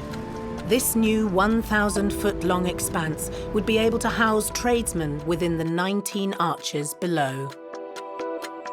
The bridge itself was built in the valley of the Cowgate, which itself had been quite problematic over the years, involving things like plague and witchcraft. And it was one reason the kind of slightly more scientific Georgians, who weren't the biggest believers in a curse or myth, they thought by putting these rooms here, they could, well, get rid of the past and start again. After 3 years of construction, the bridge and its high-end shops were ready to open. One of the oldest stories associated with the bridge as to why it might possibly be haunted is that when it was completed in 1788, it was agreed that the wife of a judge was going to be the first person to walk across it, but she unfortunately passed away a few days before. But having already made the promise, the local authorities agreed to uphold it, and indeed she was the first person to cross the bridge, but in a coffin. And since then, the local people have considered the bridge to be cursed. And it appeared that the locals may have been right. Despite the tradesmen thriving to begin with, after just 3 years they were forced out due to flooding. And of course this meant as these merchants moved out, some of Edinburgh's most poor and destitute moved in. And that is of course when the underground city is born. And that also covers people from the Irish famines, the Highland clearances, all moving here en masse, raising the population and also rising the crime rate. As you can imagine, if there were 10 to 16 people living in one room and all stacked up on top of each other, the conditions were pretty horrendous. There was, running water, there was no sort of method of sanitation, there was no ventilation, it was incredibly dark, to the point where it's real pitch black. You can't see the hand in front of your face. Sometime around the mid-1800s, the vaults became so uninhabitable that even the poorest citizens had to leave. A history of death, disease, and crime were sealed away. the ghosts of Edinburgh's vaults remained buried for over 100 years.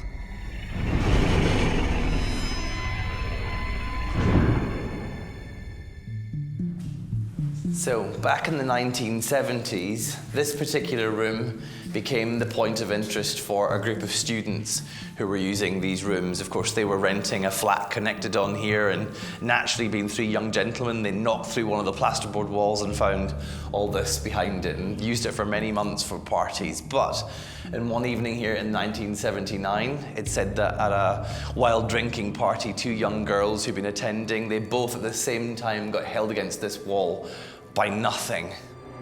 They were terrified. If something was holding you against a wall and you wanted to report it to the police, you have to have somebody seen doing the crime. But they never saw anyone. In 1985, the underground chambers were excavated and the world below was once again discovered. Since then, the Edinburgh vaults have come alive with the echoes of the dead.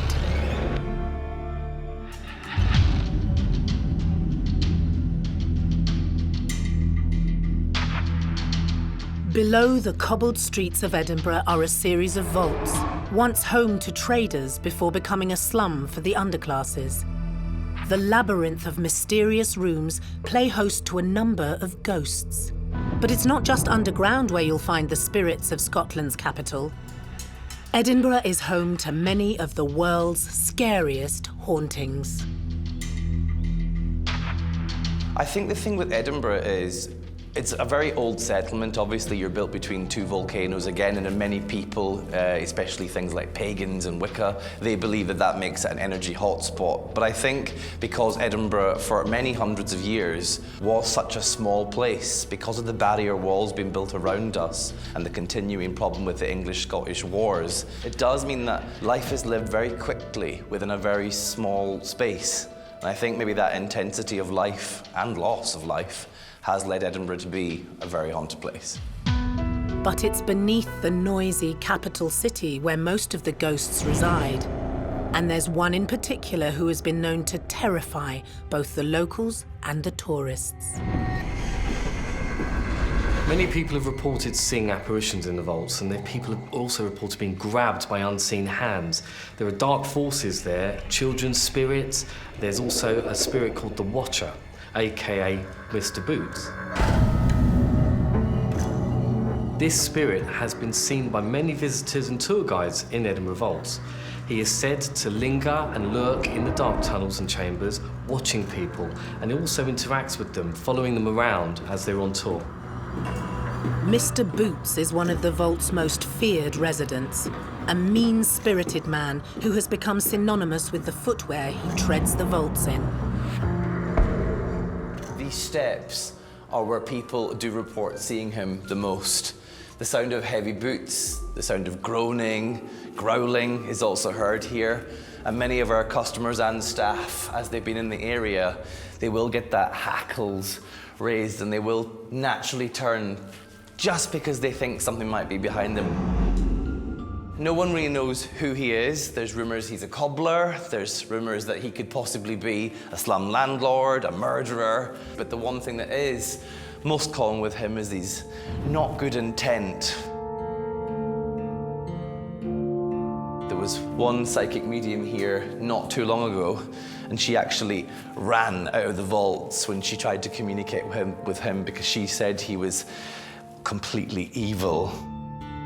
When you have that feeling of someone watching you, you are conscious of that all the time. And especially if you're down in the vaults and you venture anywhere on your own, which 9 times out of 10 I usually do, it's not a nice feeling. You do get kind of the feelings of dread and anxiousness, and obviously the adrenaline starts to rush, and when you do actually think you've captured something, that's when the adrenaline turns to excitement. This photograph, taken by a tourist, shows Mr. Boots standing ominously behind an unsuspecting woman. He's stood lurking in the background, he's blocking out some of the light, and there's a clearly distinctive feature. He's wearing a pair of boots.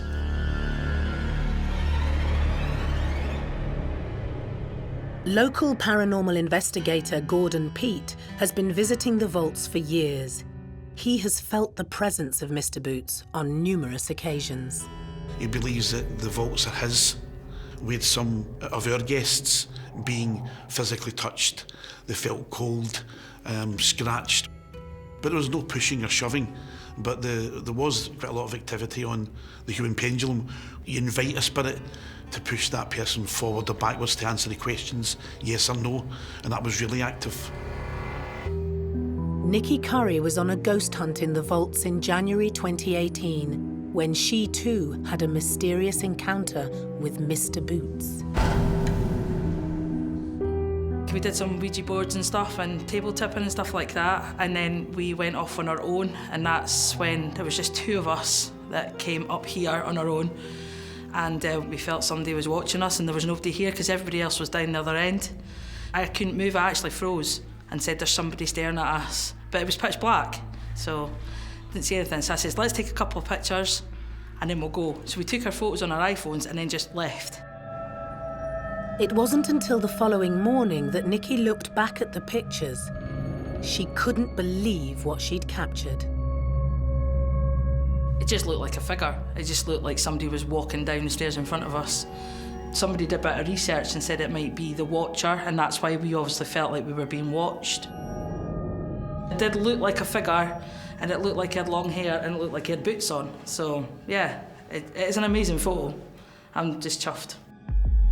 The eyewitness that took a photograph of apparently Mr. Boots, he clearly displays an image there of what looks like a long coat, some kind of outfit that's touching the floor. There's no facial features, but the apparition that's manifesting itself is very tall, it's very slender, and it does definitely have a long robe or some form of coat that it's wearing. Experts believe that sightings of Mr. Boots are like action replays of the past. One theory that was proposed in the 19th century to explain possible appearance of apparitions was something known as stone tape theory, which was the idea that material such as stone, or similar to the way a cassette tape might work, can retain sort of impressions of the past. It's almost like time rewinding over and over and over again and constantly replaying the same thing because it was imprinted in the space.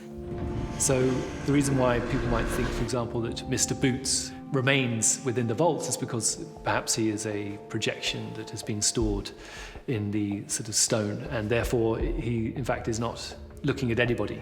We are just experiencing him from a different time. Nikki has returned to the vaults for the first time to face her fears. It's weird being back here. Like, when I look there, I think, yeah, that's weird, because we did feel really scared standing here. It's actually quite scary standing here just now, and it's daylight, it's not even during the night. But what if Nikki had come face to face with Mr. Boots? I think we would have screamed, and I think we probably would have been in a huddle. I don't know if we'd been able to move, because there's nothing up that way, so I don't think we would have got it out. I don't know, I might have passed out.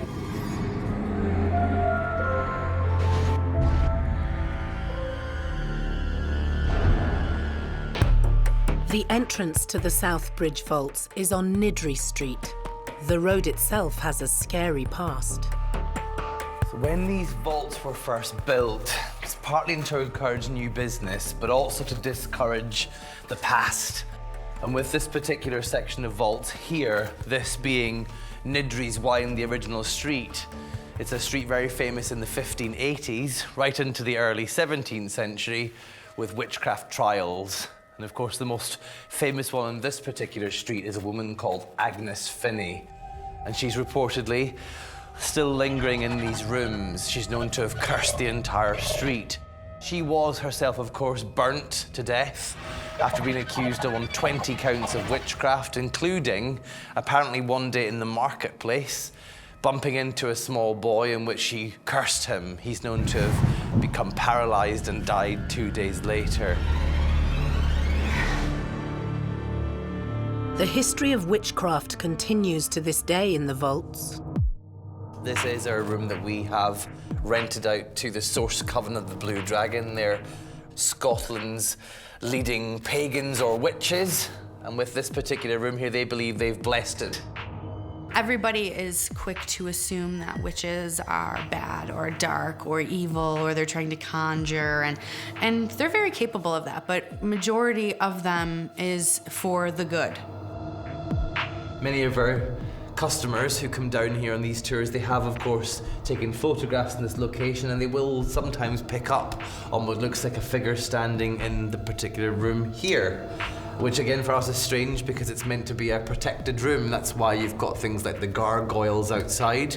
They were placed here by the witches to stop anything evil entering. So whether the figure is malevolent or a more positive person, again, we'll leave that up to the people that visit these rooms to decide for themselves.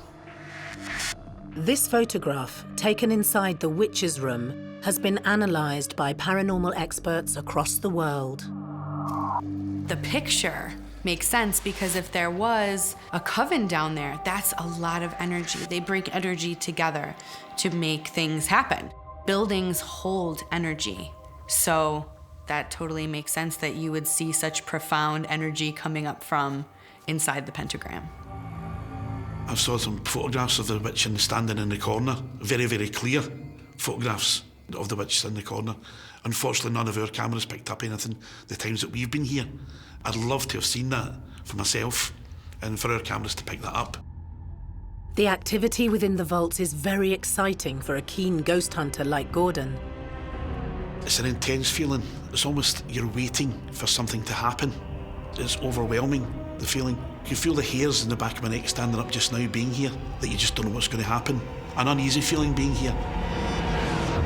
An uneasy feeling caused by the supernatural inhabitants who remain in the Edinburgh vaults some 200 years after their deaths.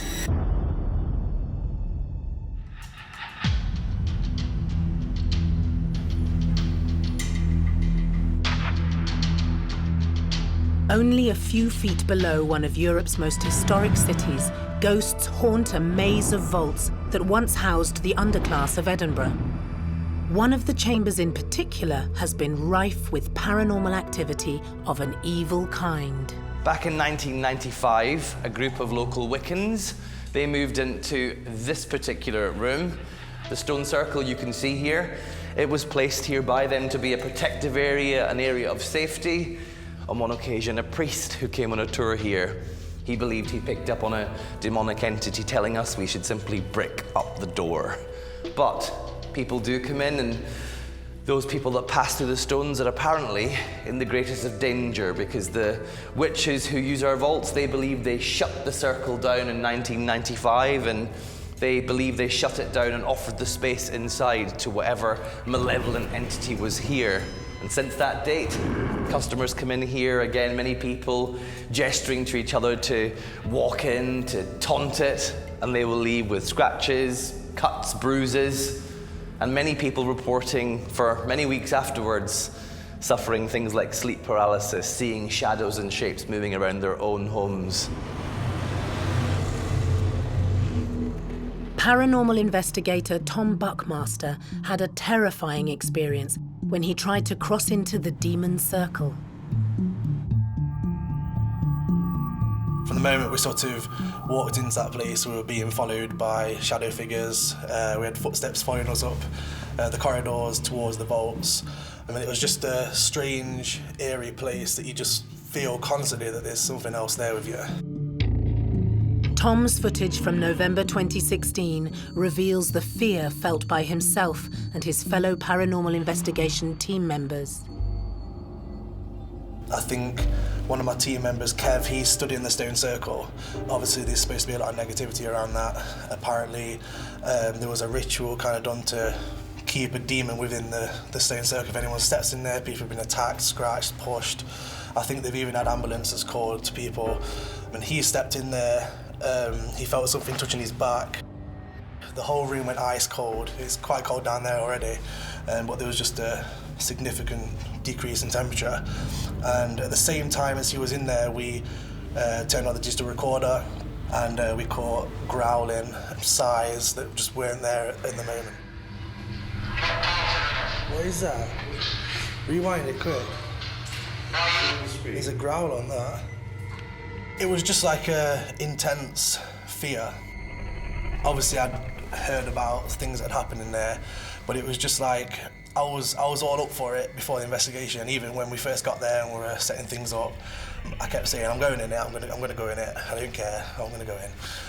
The point when I was about to sort of put my foot over, something was just, I don't know, it's like a feeling, just something stopping me, as if someone's telling me, like, don't go in there. And it was just an instant fear, goosebumps, my whole body was just sort of reacting, and I just couldn't do it. It was just something stopping me. If you don't want to do it, don't do it. In my head, it was just like that feeling of, you just know something's going to go wrong if you do it, if that makes sense. Just that pure fear, that's the only way I can describe it. It's really strange. Still scarred by that night, Tom has yet to return to the vaults. They can be terrifying. Yeah, truly terrifying at some points. I do definitely want to go back. I think there's more to the place, there's more we need to sort of find out. And I think if we do go back, we'll probably get more than what we did before.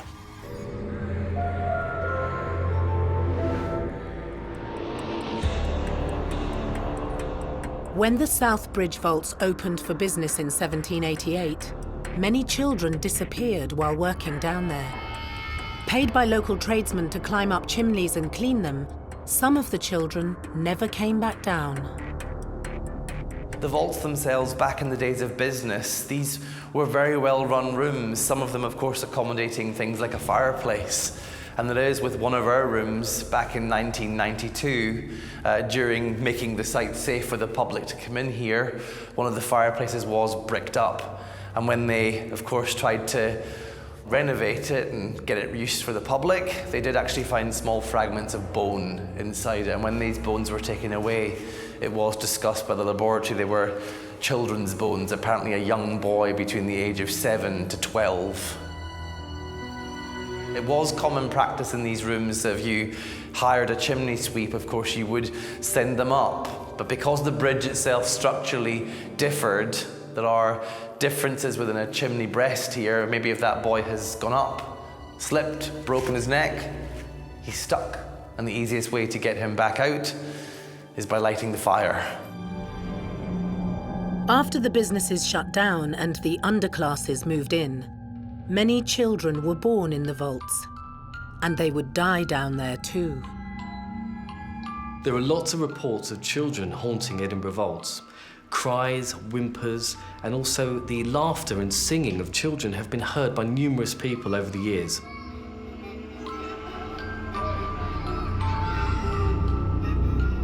One reason for their spirits being trapped in this location is because they were all living in close living quarters and conditions back in the day. For many, many years, children there perished and died of malnutrition, of disease, and of crime and murder.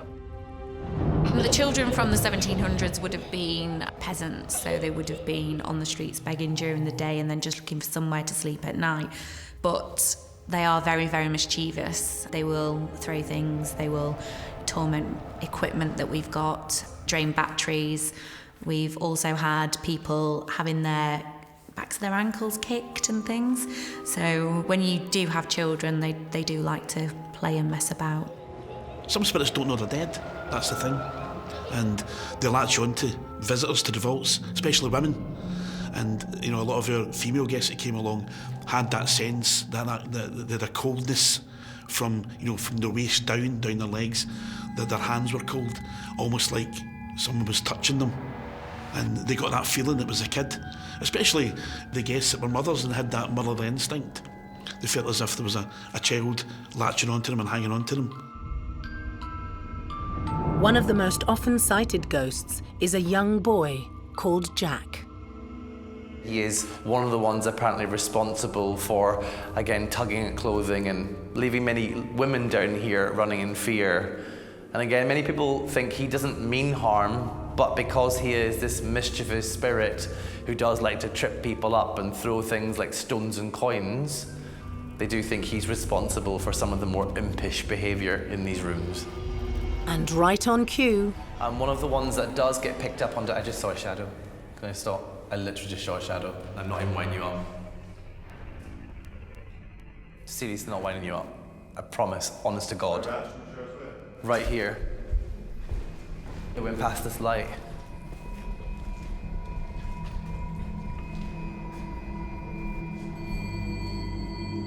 Just as we were talking there, I saw something break that light. That was weird. Like, I shit you not, I'm not even joking.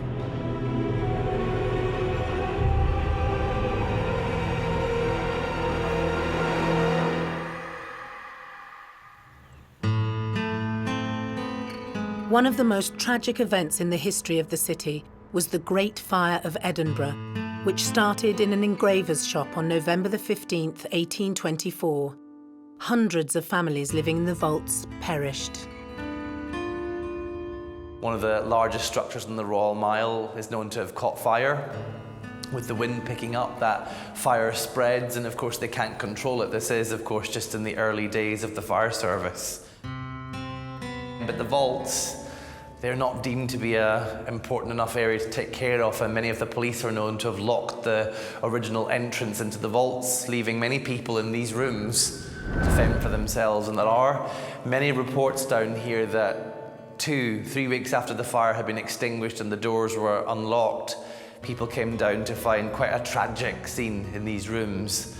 There is, in this particular section here, the story that the walls themselves, well, they conduct. And that heat raging above your head meant that many people would have died of asphyxiation or smoke inhalation, and that may have led them to take their own lives. So again, many people do walk into what is a room you can see your own breath in, and they feel the opposite. They feel very hot, very warm, they can't breathe. We've actually had to, in this particular room, end our tour for some customers that do begin to feel their skin burning in these rooms. It was said that there was a bad fire there at one point, and that parents had to slit their children's throats to spare them from being burned. And that act alone, I believe, causes an imprint on the space, you know, something so tragic and horrific. So I definitely would think that you would see some child spirits there. Maybe they don't know they can cross over, or they're lost, or they're waiting for someone. But I definitely would understand why you would see child ghosts there. But not all the spirits living in the Edinburgh vaults are quite so innocent. Much of the paranormal activity that has been experienced in the unhallowed chambers can be directly linked to murder.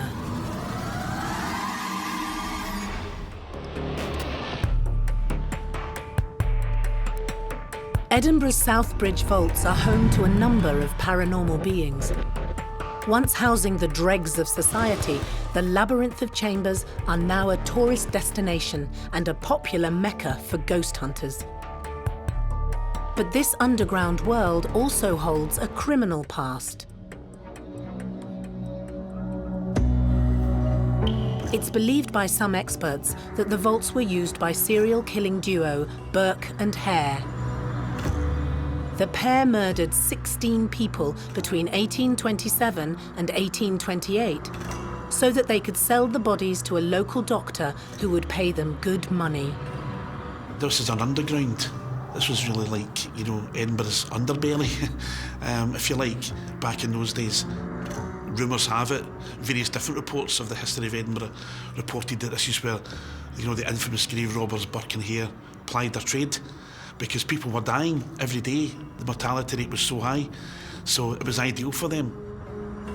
William Burke and William Hare were two Irish labourers who lived together in Edinburgh. In November 1827, their lodger, a man named Donald, died of dropsy. Short on money, the pair hatched a morbid plan. It was Burke's idea to try and sell the body of the dead lodger to the local Royal College of Surgeons. And they contacted a Dr. Robert Knox. He offered to take the body off their hands and paid them something in the region of £7 for their efforts. And at the time, I think the average annual wage was about £40. So you can imagine that was quite a lot of money, particularly for two men who had up till then been working quite low-paid work. So I think having sold the first body, they thought that it might be a profitable business to start. I think the story is they started off robbing graves, which there was a fashion for at the time, again, because you could make a lot of money selling the cadaver. But that soon turned into murder. And it's kind of one of the worst kept secrets, and it is to do with this hastily bricked up doorway. Behind the corridor here lies one of Edinburgh's biggest mysteries, and it's that of William Burke and William Hare, the infamous body snatchers. There is a network of rooms behind us which does run all the way from the Southbridge vaults into the medical school, the basement of Surgeons' Hall, the School of the Anatomy. And in the 1820s, that is, of course, the scene of, well, many crimes, including William Burke and Hare's 16 murders, victims, of course, being killed, maybe even sourced in these rooms around us. During a visit to the vaults, a group of paranormal enthusiasts were trying to contact the spirits of Burke and Hare by way of a call-out session. Call-out sessions are used to generate really energy to be able to communicate with the spirits. In most situations, you're asking the spirits to interact with you by giving you a sound. What is that? Or perhaps manifesting themselves, or in some cases even touching you physically. It's more or less an instruction to the spirit. You know, can you copy me? Can you whistle for me? Can you do this? It's more of an instruction to them.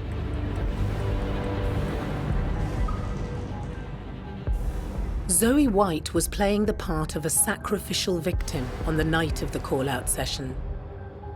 Well, I was lying down. I was on like black bags pretending like I was a dead body. And everybody was in a circle, and the man was calling out, like, trying to bring a ghost forward. They were trying to call out the serial killer, saying, "I've got a body for you, come forward, make yourself known." And as Zoe laid still, the atmosphere in the room changed. Well, I just felt like wind at my hair, or like coldness.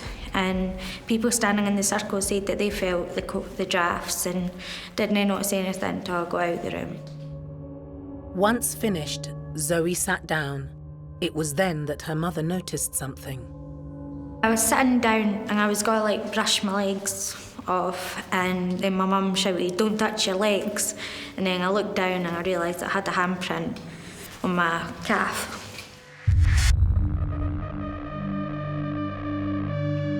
The photograph clearly shows some finger marks. These finger marks are quite spaced apart, very, very wide, and it is plausible that one of the spirits did manage to physically interact with this lady, leaving their handprint on her leg. I was shocked because I never felt nothing happening. I didn't touch my legs, nothing, it just appeared. I must have been touched by a ghost.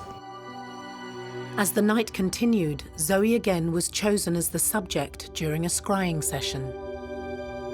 Scrying is an old Victorian method of spirit communication where you look into a mirror within a darkened room, usually used candlelight to actually illuminate the face.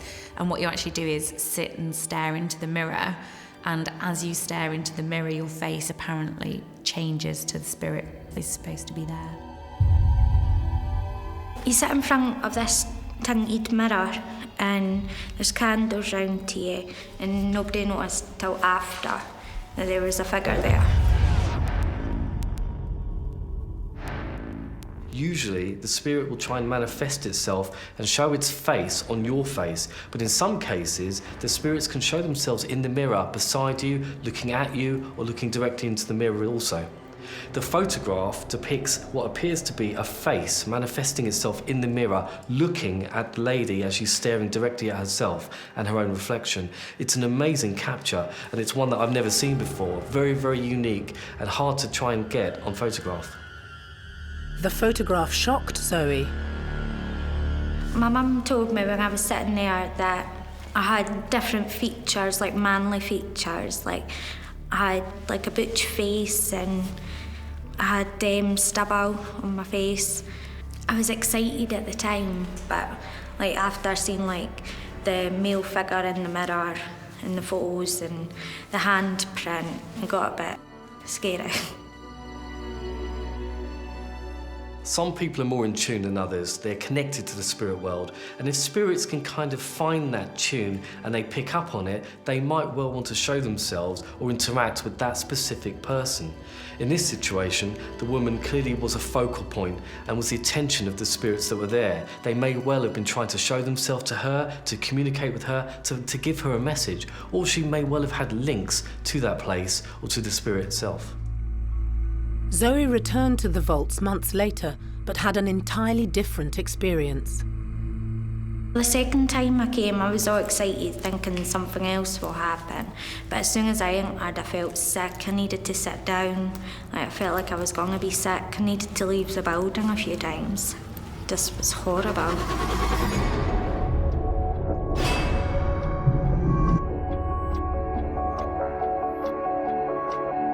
The vaults continue to attract attention.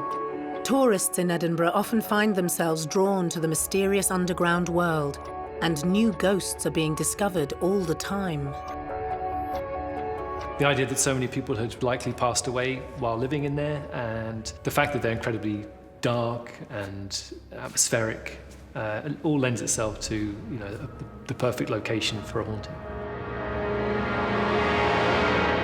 I don't think anybody coming here to do any kind of paranormal investigation would be disappointed.